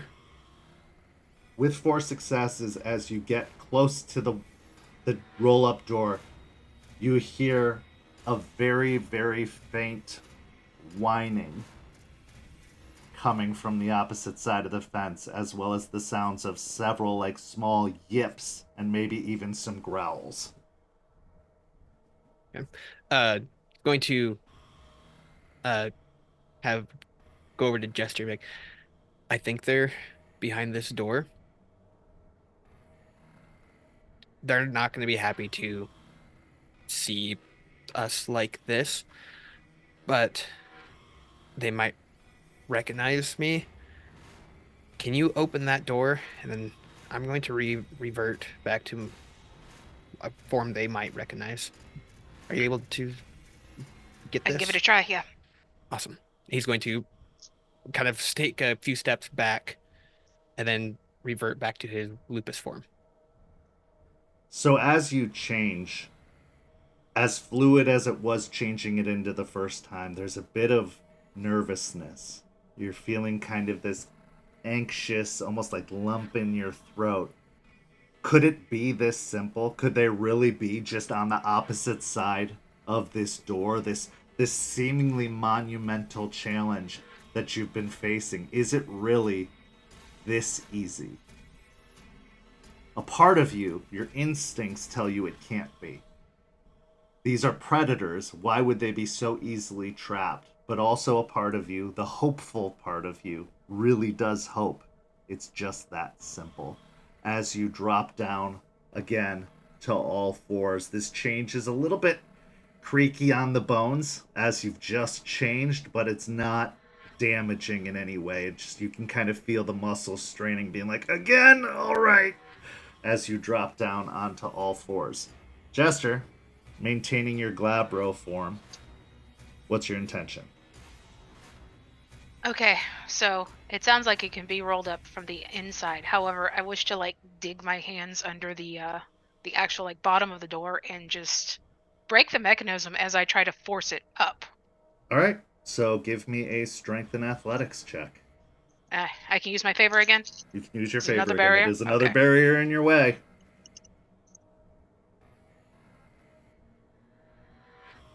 I'm gonna roll a willpower. I'd like that roll to be better. Or I'm gonna spend a willpower, I meant. Well, I didn't get the crit, but I got 5 successes. Okay. So digging your fingers underneath, this isn't as easy. You know, a big heavy garage door, they have things that lock them into place because they're usually automated to like, you know, pull them up and pull them down. So you're kind of fighting against the locks that hold it in place. But as you overpower it, you can hear the whining and groaning of metal inside, and then something snap as you give it a good clean like jerk upwards, causing it to roll all the way up. Inside, beyond the fence, there are several cages, kind of all lining up on the opposite of what looks to be a reduced sized room, just like a garage almost, where a single vehicle could pull in. On the opposite side, there are a line of cages all lined up, and then seemingly on the walls as well. You're flanked on 3 sides by cages, except for 2 doors at the opposite end where there's a little break in between the cages. Aiden, on the opposite end of the room, there are several wolves. Your pack. At least at first glance, what seems like all of your pack. But you haven't really gotten a good accounting. There are several wolves here. Along the other sides, you see a variety of other animals, including raccoons, a couple of squirrels, and several rodent-like creatures that seem to be in smaller cages that are kind of stacked up on shelves. Everything in here looks transportable, so the cages aren't necessarily secured to the floor. They could be picked up and loaded, which is probably, you can all intuit from the roll top door. They'd back a vehicle up, load cages into the vehicle, and it could drive straight out.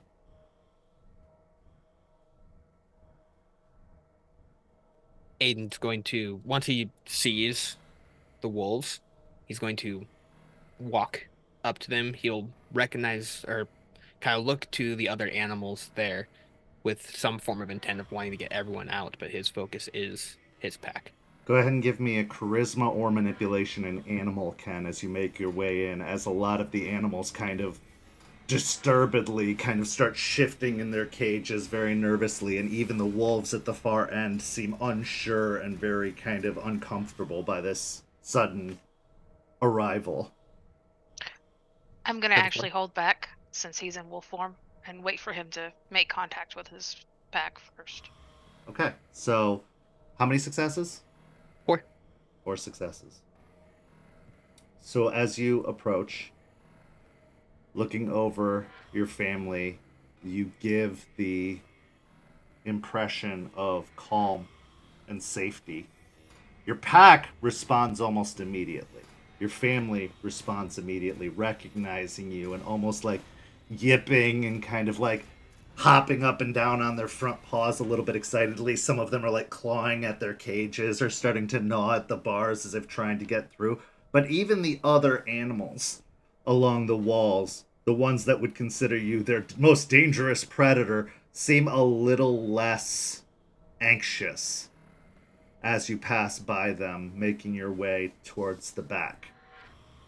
As you kind of look over the family members and start to get a count, you see several of your siblings. You see your mother. You see your alpha father. You do not see your brother. But you do see a single cage at the end by the door that is open and empty. Going to kind of rub up against the large cage with the other wolves in there, kind of letting them know that he is there. But then he's going to go over to that empty cage and start smelling. Give me a wits and awareness.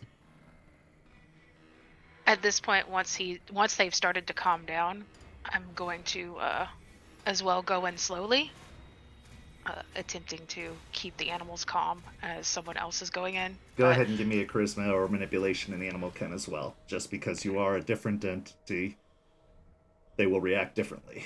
And you're a human, or at least a massive hulking version of a human currently, and those haven't been exactly friendly to them lately. 3 successes. 3 successes, okay. They do kind of skitter to the back of their cages, but they don't seem to be like full-on freak-out mode. They are okay. Okay. Aiden, the scent is there, but it is faint, and more than anything else, it smells wrong.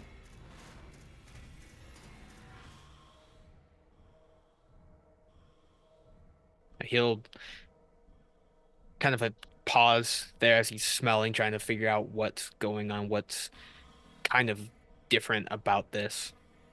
With your same wits and awareness check, you'll look up and you will see a clipboard that seems to be hung next to the door, kind of like on a peg hung next to the door.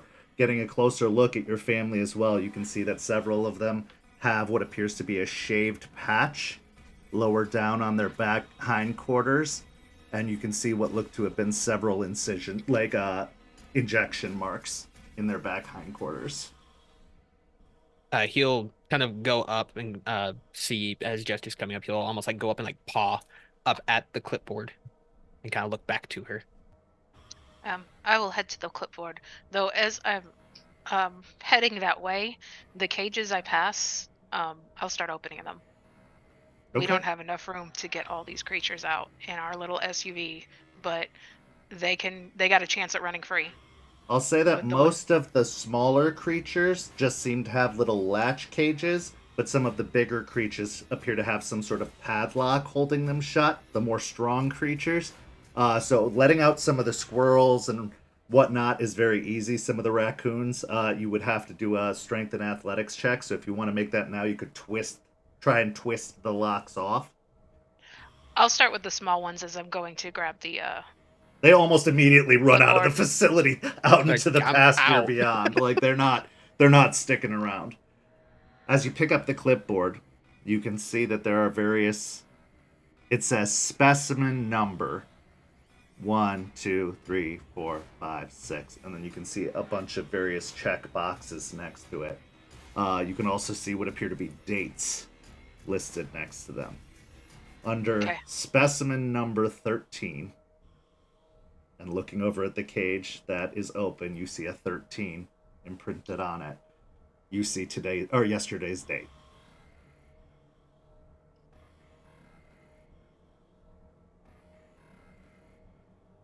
He was taken... Does it say... It just says check marks? That he was delivered yesterday. Ah. It's showing he was delivered somewhere yesterday. Or delivered yesterday. I'm not sure what that means. He'll give kind of like a slight little head tilt and then make its way over to the cage with his pack in it. I'll move to the cage. That one I'm going to attempt to break open. Okay. I can't help with this one. I can So bite it'll at be a strength it, and but athletics check. Right. I'm kind of useful right here with my favor. And for anybody watching Breaking at home, cages. there are no keys visibly apparent anywhere, so it's not like they just ignored the key ring and decided to, yeah. That is 1, 2, 3, 5 successes. Okay, 5 successes. It's a tight squeeze and a twist, and it takes a couple of tries as you kind of twist and twist, but you can see the metal kind of starting to bend and splinter, some of the like silvering agent they put on the edge kind of causing it to, not silvering, but the agent on the end that they put on it starting to like crack and break open as you do kind of bend the lock in half until it snaps off, opening the cage. The door flings open, and the wolves come bounding out, almost tackling into Aiden and kind of like hopping around him. His mother kind of rushing up and nuzzling up against him, burying her muzzle into his shoulder and kind of licking at his ear. I'll step back, let him have his reunion moment, He'll and work on other cages. he'll rub up on his siblings, and as his mom comes over, he'll drop his head down below her chin. But as his father comes around, he will drop down completely. Your father kind of towers over you for a moment, like trying to take a leadership pose, an alpha's pose. And he kind of stares at you for a second before he kind of leans down with his muzzle and starts to kind of like nose at the corner of your jaw to like raise your chin a little bit. Yeah, he'll raise up and look up at him. He kind of snorts a little bit in your direction before looking towards the open door, and then looking back towards the cage and one of the side doors that are leading out of the room.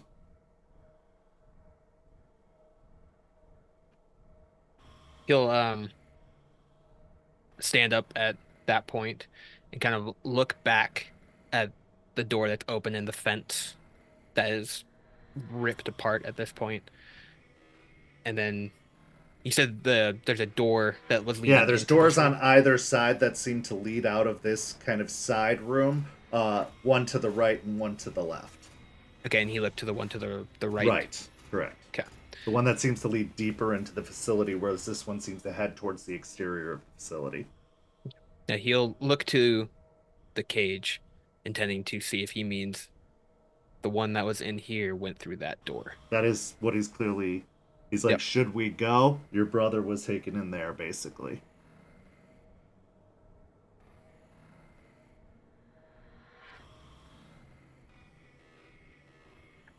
Can Jester understand Aiden's in his current state, like some form of the You communication? can communicate in very basic terms through these forms, yes. There is a level of understanding. Okay. He's going to look to Jester, get them out, update Aspen. Can you open that door, please?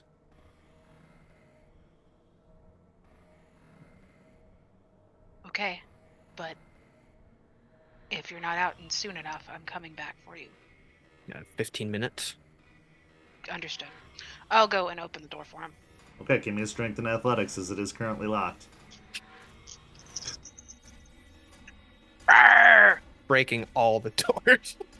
This is like the opposite of like those D&D campaigns where they have 3 successes, door issues. So with 3 successes, you kind of step up to it, try the handle, then step back, rear up, and give a kick to the door, which rattles on the frame. After another kick, it just breaks open.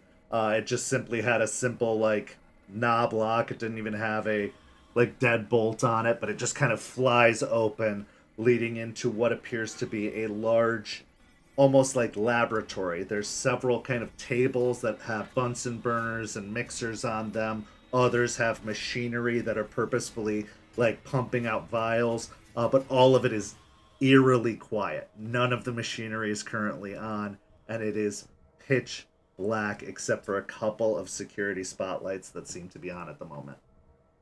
Okay. I'll step back and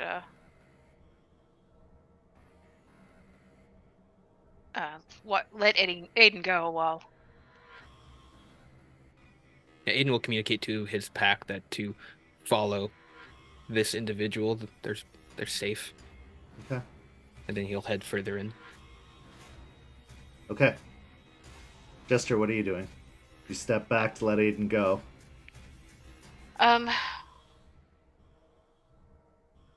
Look to the other cages. Look to his family. Let's get his family out first. Okay. So I'll nod to them, like, even though I'm in Glabro form, I'll try to mimic some of like Aiden's head movements to them and start heading in the direction of the fence. Okay. Out. Okay. So they kind of fall in behind you, giving you a little bit of space. So if you were to turn on them, they could bolt off in different directions or potentially, form a counterattack, but they seem to be following and trusting you for the most part as they go out onto the like gravel patio and out through the fence, following behind. Okay.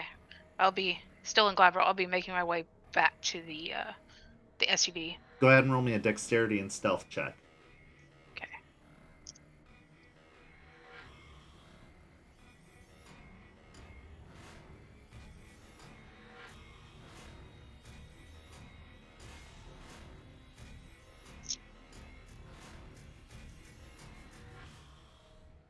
Three successes. Okay. So using the same kind of path, even though you're in a more hulking form, you kind of make your way using the brush, as much of the brush as cover, to kind of make your way around. Aiden, as you're kind of in this factory, this large mechanical room, the odor is overwhelming. You can smell chemicals.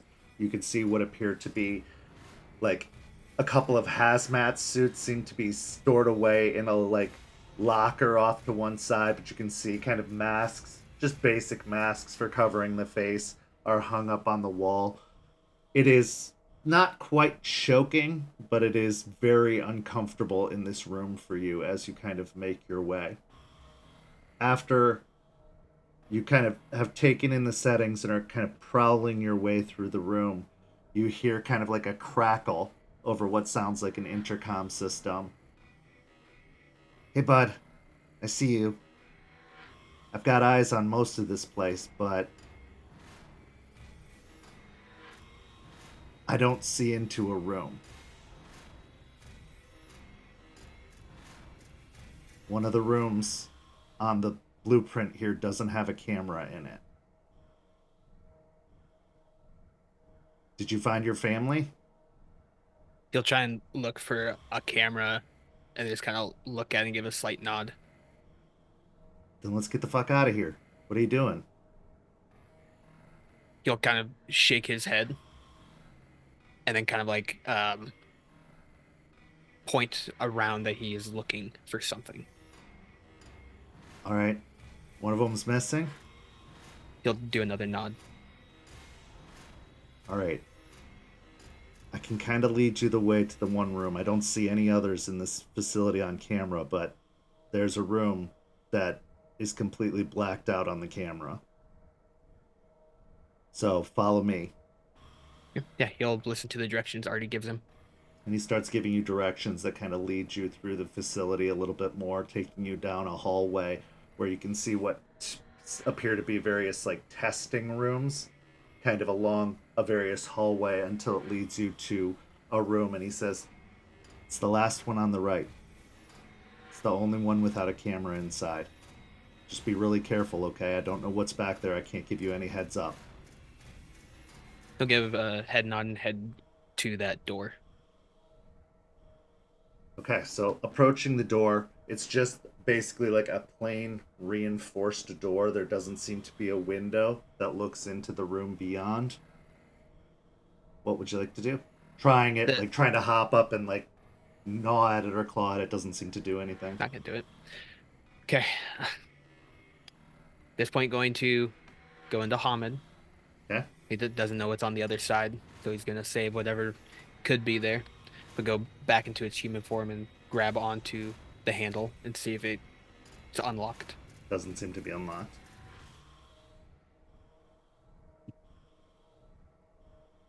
Inconvenient. Okay. back into Glabro, going to kind of really extend, focusing on that hand, and then just try and All right, so make jimmy the it. roll to shift into Glabro. Again, taking the hulking, massive form of a demi-human.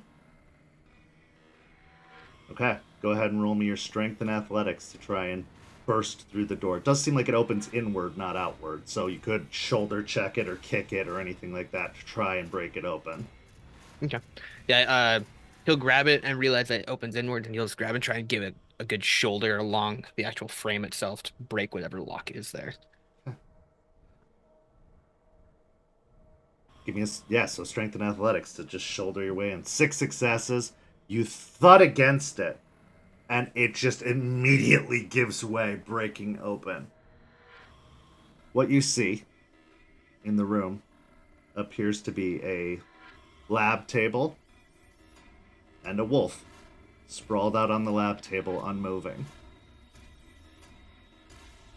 You see a little cart next to it with what appear to be several pokey, needle-esque objects and several little vials of fluid kind of stacked on the cart. He'll move forward and put his hand onto the wolf to see if any form of life coming from it. You touch the paw of your brother, looking down upon him, the stillest you've ever seen him. And as you touch it, it feels very cold to the touch.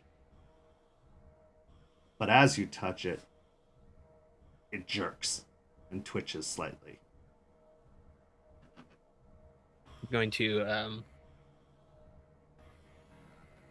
put his head down towards him and speak gently to him, just like, "All right, big bro, it's my turn to save you."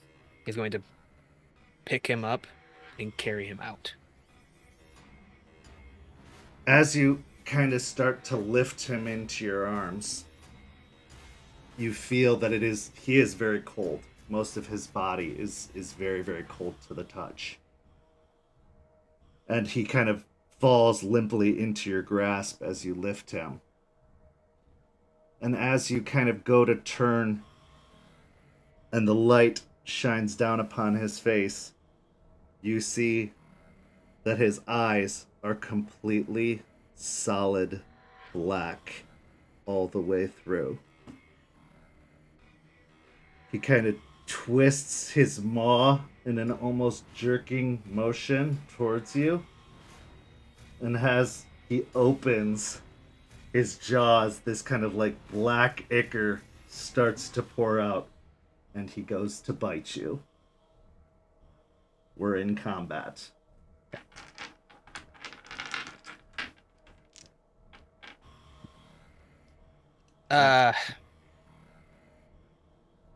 Any penalties to try and make him stop because I am holding him? You could try a strength and athletics check to try and, or a strength and brawl check to try and grapple him and hold him into place. Okay. Yeah, if he's holding him kind of like this, he'll just try and like move his head towards his shoulder and put his head over and just hold him in place. He's not trying at any intent to actually hurt him, just stop him from what he's doing. Okay. Yeah, so go ahead and roll me a strength and brawl. I will roll an opposing strength and brawl.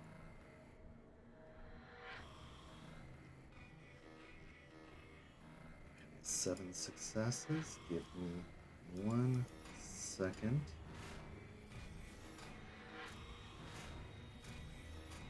Okay.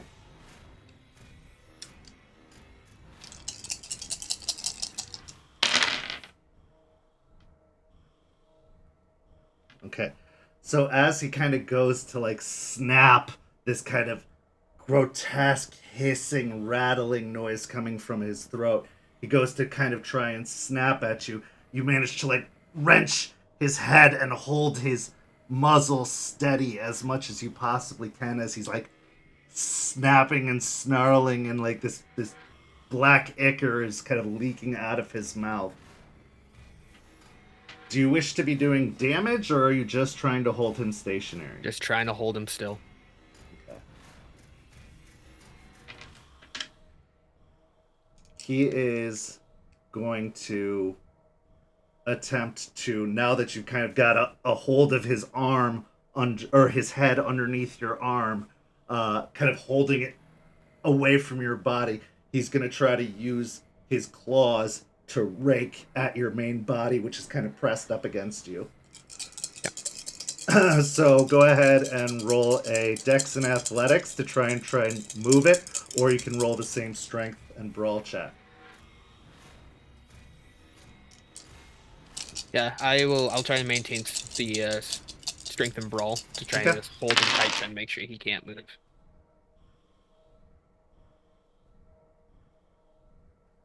Okay. So as you try to hold him in place against your body, keeping his snarling, snapping mouth away from you, you feel the claws pierce into your flesh and rake across, which in its own right hurts, but not as much as the weird burning sensation that comes after the claws rake across your form. And as they are drawn away, you can see this like weird enzyme kind of coating the tips of his claws. Take 1 point of physical aggravated damage, and you are poisoned. Yeah. Poisoned means that you will have a -1 to all physical dice pools for the time being. Got it. Because of this act, this raking and this poisoning sensation, you're no longer able to kind of keep a grasp on him as you let loose and drop him to the floor. And he kind of sprawls at first, but then almost in like a rickety, like zombie-esque fashion, starts to like back up onto all fours, letting out this the same like black ichor just spilling down and almost pooling beneath his maw. Are we in the room still, or are we out in the hallway? You're in the room still. You didn't quite make it out of the room. At this point, he's going to kind of back up and make his way into the hallway so Artie can see what's going on. So as that like click clack of these nails kind of scratching and scraping their way across this concrete floor, you back up and it kind of lumbers its way out into the hallway. You hear a crackle over the radio. Fomori! I don't know what that means. It's bad! And it leaps forward, claws kind of coming out, jaws extending, almost like his jaws opening like a snake's jaw as it unhinges and comes leaping towards you.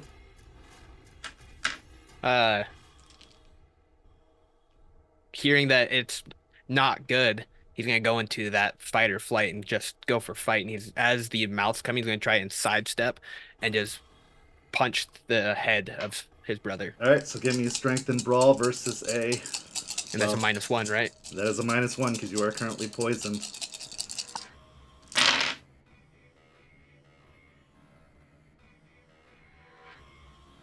Okay. So you managed to just narrowly, and I mean one success narrowly, move out of the way and give it a clubbing blow, sending it skittering past you before it turns and starts to move towards you again.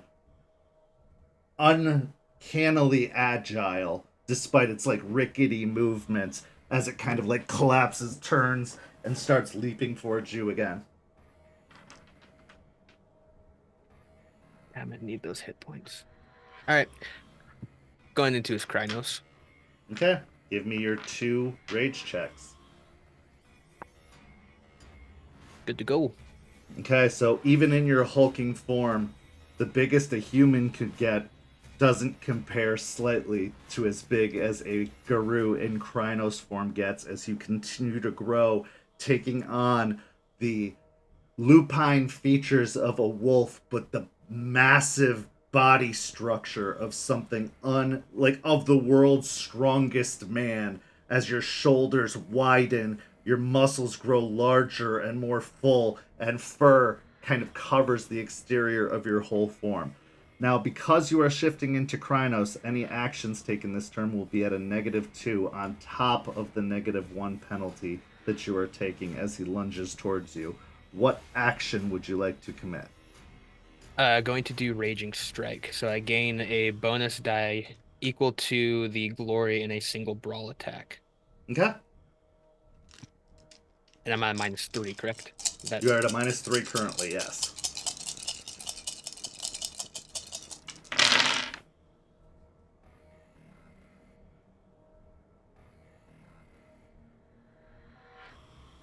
ouch. Okay.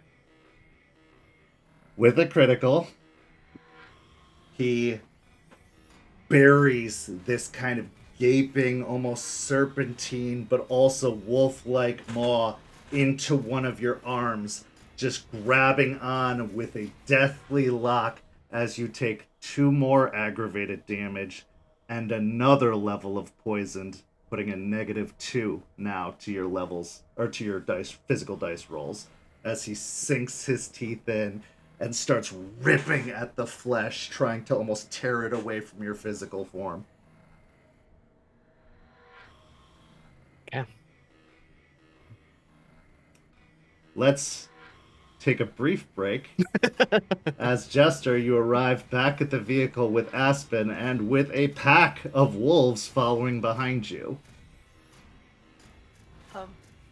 I feel like one of us would have had the foresight to like possibly bring food because we didn't know like if they'd be malnourished or anything. That's true. And they So, do look like they have not been fed great, but they all right, have been eating and probably being very picky about what they're eating. right. I will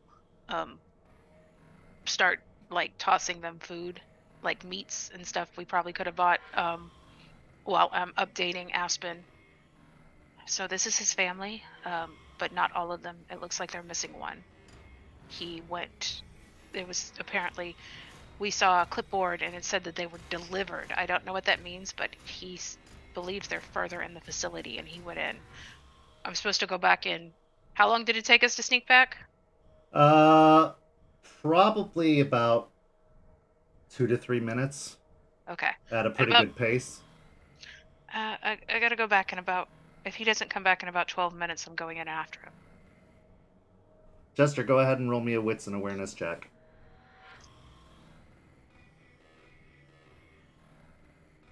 Aspen, what are you thinking now? I was going to respond, but Oh, go ahead. I could take them somewhere out of the way, and you can go back in. Just make sure everything's good. You shouldn't, you know. As you Yeah. look over Jester, trying to take count of all the wolves, you see that one of the wolves is missing. One's missing from here. Like out of the ones you have. Yes. Back to the hallway. Aiden, this weird abomination of a wolf seems to have its fangs dug in and is tearing away at the flesh, about to like rend some of the flesh from your very arm. What would you like to do? Gonna use Razor Claws to where I add half of my glory to the damage of the claw attack. So Okay. it's normally my 12 dice pool. I'm at -2 now, though. You're at -2 now. Yeah. Is that so? Just to confirm, do I roll 10 dice then, or am I still rolling the full 12, just -2 successes? -2 successes. Gotcha.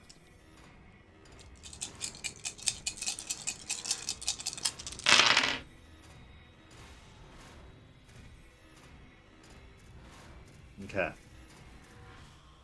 Aiden, as you go to kind of reap the razor's claws, the body of the wolf kind of tries to twist away from you to like rend the flesh, but also dodge your incoming attack, until you see it is kind of jerked into place, and you see your mother at its back leg, pinched on the leg, yanking it back towards you at the same time, giving you an assist on your attack. You bring down the razor claws, slashing across the form of what was once your brother, the claws tearing into the side of the flesh and ripping it open, and you see more of this kind of like black ichor start to well along the cuts and pour down the side of the body. It does not manage to rend, and in fact has to release your arm as it is kind of ripped along the side to the ground by the force of your strike, kind of bringing it down to the ground. Next round. The wound itself that was delivered along the side of it, are there any, was it deep enough to see any organs or anything into there? Not quite, but you can see what looks to be some bone structure peering through some of the wounds. Okay. Gonna do another oh, I'm sorry, I should have done a rage. Do you want me to do that? I should have done a rage check before. Go I ahead did and do that. the rage check for it anyway. Yeah. It still We're would have good. worked either way. It just would have mattered if your rage dropped or not. Yeah. Yeah, we're good. Yeah. This one's just gonna do a regular attack. Another claw. Trying to Okay. swipe at it.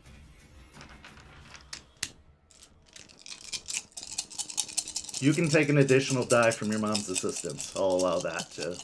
Ooh.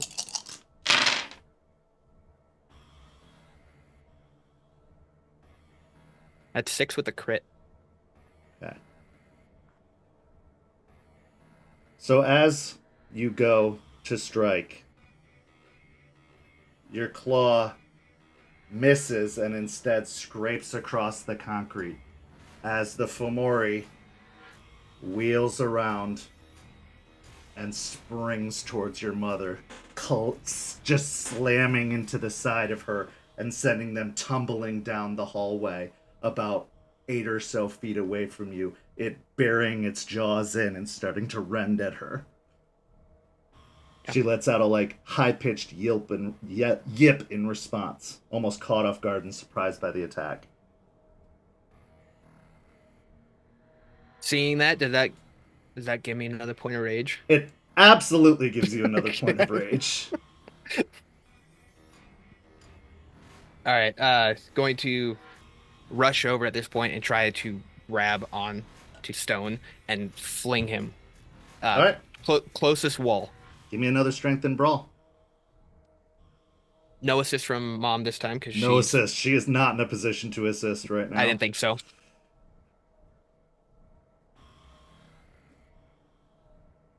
Can I spend a willpower?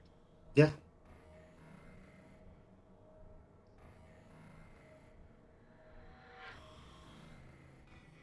Seven on a crit. So grabbing onto it, you grab onto Stone and rip him off of your mother, slamming him into the wall beside. You hear a sickening crunch come from your mother first, as you see her one of her legs get rended horrendously off, which he seemed to be grabbing onto with his maw, just rended off. But then the second crunch is it hitting the concrete wall and dropping to the ground.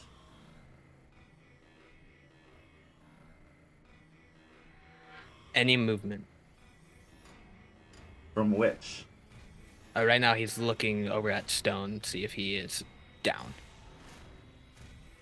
There does not appear to be any movement. He'll keep an eye on where he's at, but then go over to his mother and just kind of check and see how she's doing. You can hear a really faint whining and that the arm, like the leg, is kind of dangling loosely, almost lifeless, as she's trying to like paw at the floor with her other legs.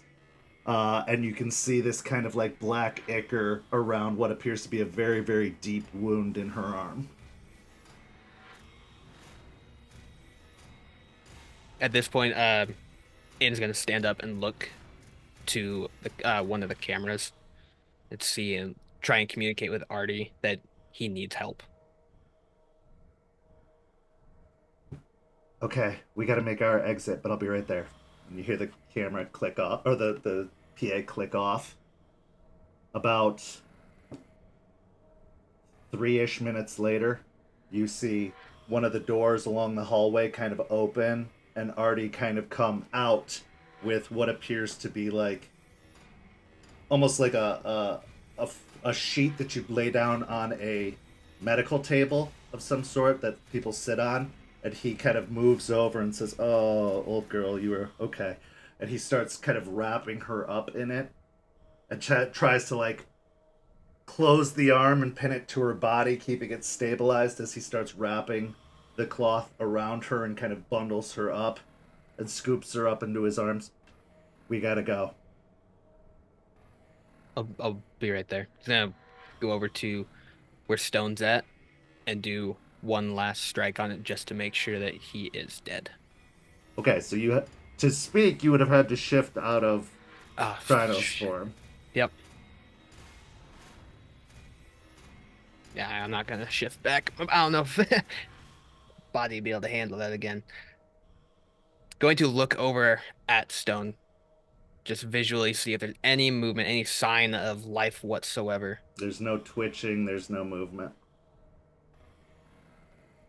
He'll take a brief moment as Artie starts walking off, kind of dip his head. Jogging, more like. He'll kind of dip his head down. And he's kind of shaking, like, sorry, and then head out. Okay. So, at this point, you have to let go of the raid. I didn't make you do your raid checks for Krynos form, which you should have done every round since you didn't kill anything. So I would say you're forced to shift out at this point. And I will say that because of the trauma of the situation and one of your touchstones being killed, you are going to lose the wolf, which is going to put you at 0 rage as you drop back into your Hamid form. Hamid or lupus for him? Lupus form. Because you would go back to your natural state. Jester, you head back towards the facility, recognizing that Aiden... Well, let's shift to the car. Now it's been about 5 minutes since you came to the car. Yeah, I'm gonna go back. At least for the other one, if not to check on Aiden. No, absolutely. Yeah, you get them going or check on them and I'll take care of these guys. Sounds good. I'm not gonna stealth. I'm actually just running back. Okay. So as you book it across the pasture, you get to that kind of patio at the same time as you see Aiden and Artie emerging with what looks to be a wolf kind of wrapped up. You can see a weird reddish-black mixture kind of starting to stain this white sheet that is wrapped around this kind of one wolf that Artie is carrying, and Aiden in wolf form, kind of lupus form, kind of padding along right behind him. What happened? We're missing a wolf. Probably this one. The other one, not a wolf anymore. We gotta go. Okay. Do you need help? No, I got her. If you... Okay. I got her. And you guys take off across the pasture until you arrive at the vehicle. Aspen, can you put the seats down in the back? This is going to be a very tight ride, but we gotta go. Okay. She starts fumbling with the car. Getting out, you kind of lower the seats down and load all of the wolves into the back, including Aiden, who I assume hops in the back with the pack rather than... Yep. Artie kind of keeps your mom wrapped up and kind of climbs into the front seat. Can you drive? I can drive, yeah. Okay. It kind I of will. keeps her in his lap. I'm going to shift to Hamid form, to make more room in the space, and I guess I will get in the back with the wolves. Okay. Hey The wolves guys. don't seem at all bothered by your presence as they kind of climb in and all kind of try to make space and like all kind of lay down in a heap together in the back of the car. And you drive away from the facility. Where would you go and what would you do?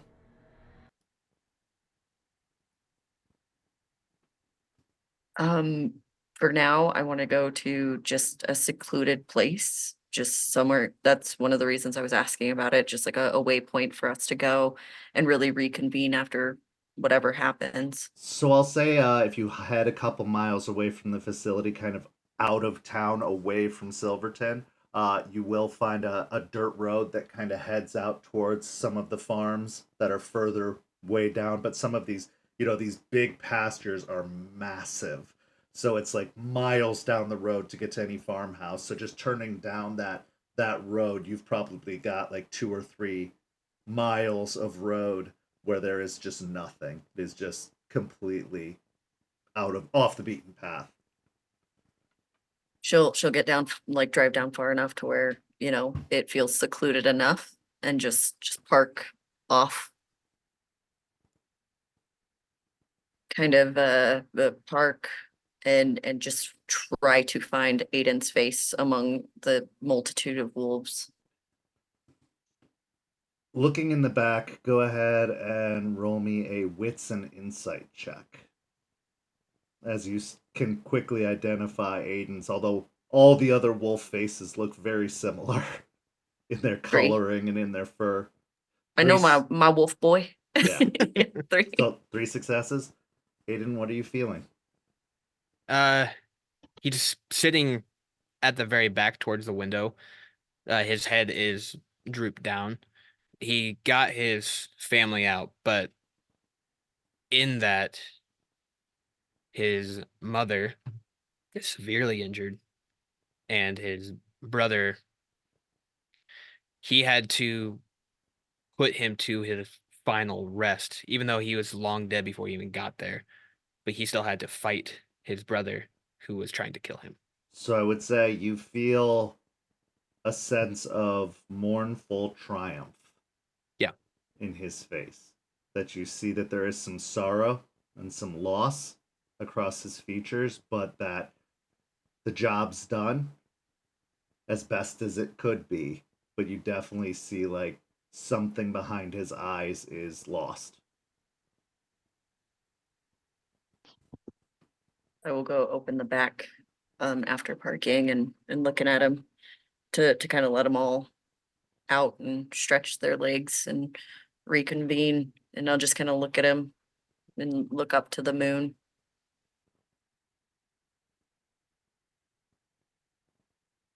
He'll give a good howl. You can restore 1 rage. I'm leaning over towards Artie. If the wolf is bleeding, does any of us know anything about like first aid for wolves? Can't be that different than first aid for humans. I've got at least that under my belt. Let me check this. Patch myself up a few times after a scrap in an alleyway with someone over a sandwich, but I don't know a lot. Maybe enough so she won't bleed out. Yeah, let me see what I can do. Let me She's see not if gonna make there's it. any first aid kits. Not out here. She doesn't have to be out here alone. Aiden, I'm gonna teach you a little secret.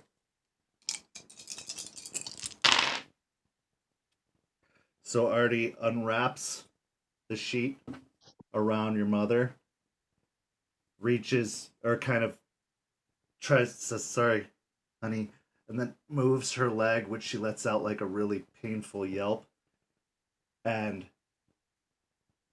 know much about snakes? And he kind of leans down and starts sucking on the wound before recoiling back and spitting off to the side, sending a gout of this like black ichor out of his mouth, which splatters onto the ground. He goes in again, spits it out, setting it splattering onto the ground. And then sorry, and kind of squeezes until you just see the pure red kind of blood fluid coming out. And he tears off some of the sheet and starts wrapping it around her leg, kind of very, very tight, almost making like a really, really overwrapped band-aid or bandage around her leg and ties it off really tight. That's gonna help, but her leg's broken easily. We gotta get her to somewhere that can help, but I need to know what you want to do.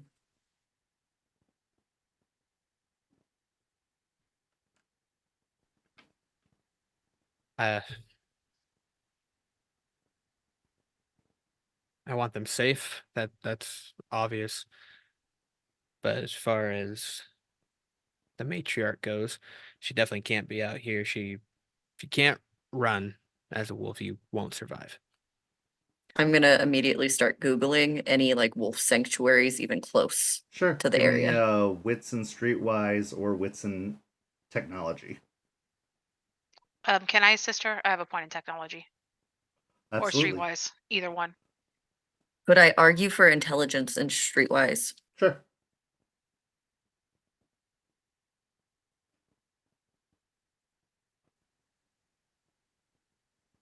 It's 3 with the crit. 3 with a crit. There is a wolf sanctuary, but you're going to have to drive a bit to get there. It is probably located more closer to Washington than it is here, just across the border of the state. So it'll be probably it'll be a bit of a hike. It'll be a bit of a hike to get there, but it does exist.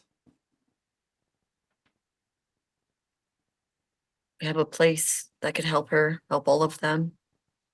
It's just a bit out of the way, and I'm more than ready to drive that full length. I just want to make sure that's what you want. Yeah. Need them safe.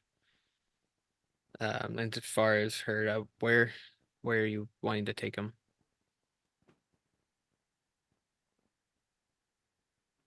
There's a wolf sanctuary that we could get them to where they can be safe, and they have territories to keep them safe to make sure that this won't happen again. Okay. Yeah, that's good. Yeah, that'll work. We should probably head out immediately though, because if they're going to have medical help that we don't have right now, and while she's stable for the moment, they're going to want to see her quickly if they're going to be able to save her leg or make sure she's not too bad off and that she's not lame in that leg. No, we go right now. Yeah. And I'll just pull Aiden into like the biggest hug. He'll give her a good squeeze back. We can take turns driving. So I don't know how to drive. The 3 of Obviously, you yes. drive. And you drive through the night till the rays of the morning sun kind of start to breach the horizon. The wolves, more from exhaustion than anything, are asleep in the back. Eventually reach the facility. As you get there, Aiden, you realize that the owner of the facility is in fact one of your Gale Stalker brethren from Duncan's pack. He immediately takes your family in, starts seeing to your mother.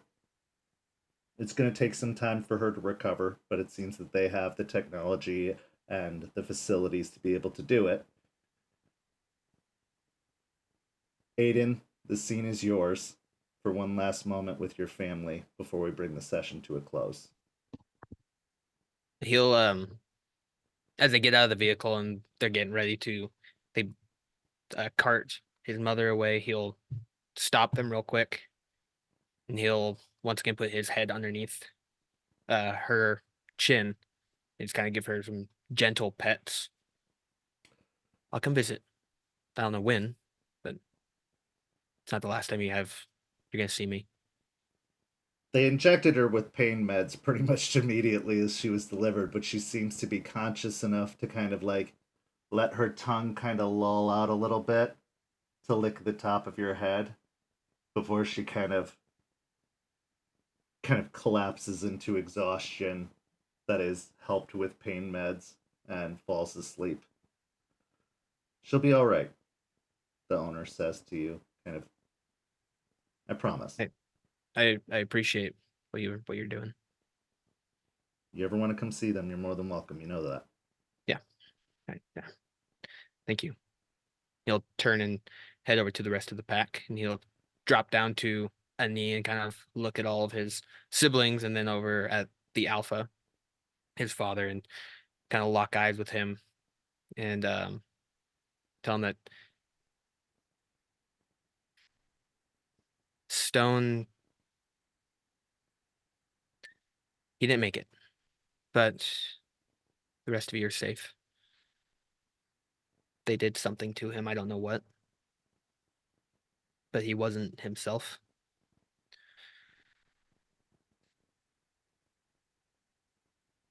But the biggest thing is that the rest of the pack made it. I can't stay, but these people are like me.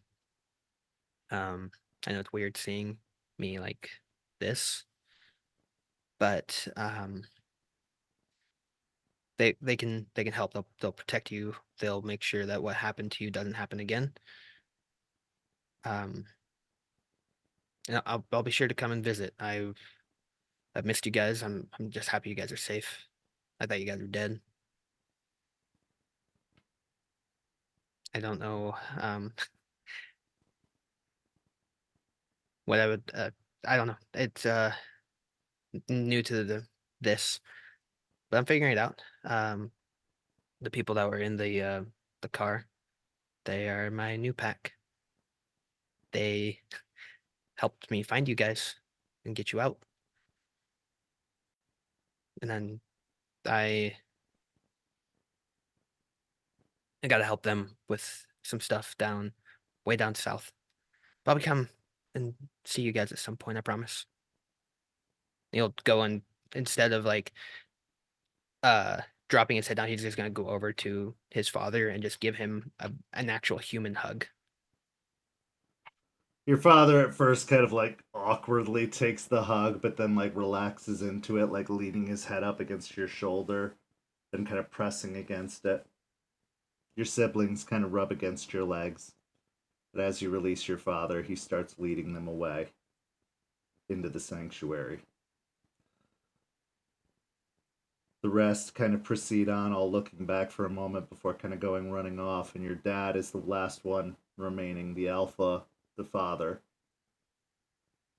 And as you kind of watch him, he turns back to you and then lowers himself into the same pose you took with him before rising up and then turning and running off with the rest of the pack. The mission was a success. A great loss sustained. The part of being a guru is that the threats aren't just natural. The threats come from beyond, and the taint of the worm takes many victims. No one is immune to it. And when you become a guru, those closest to you are even more susceptible.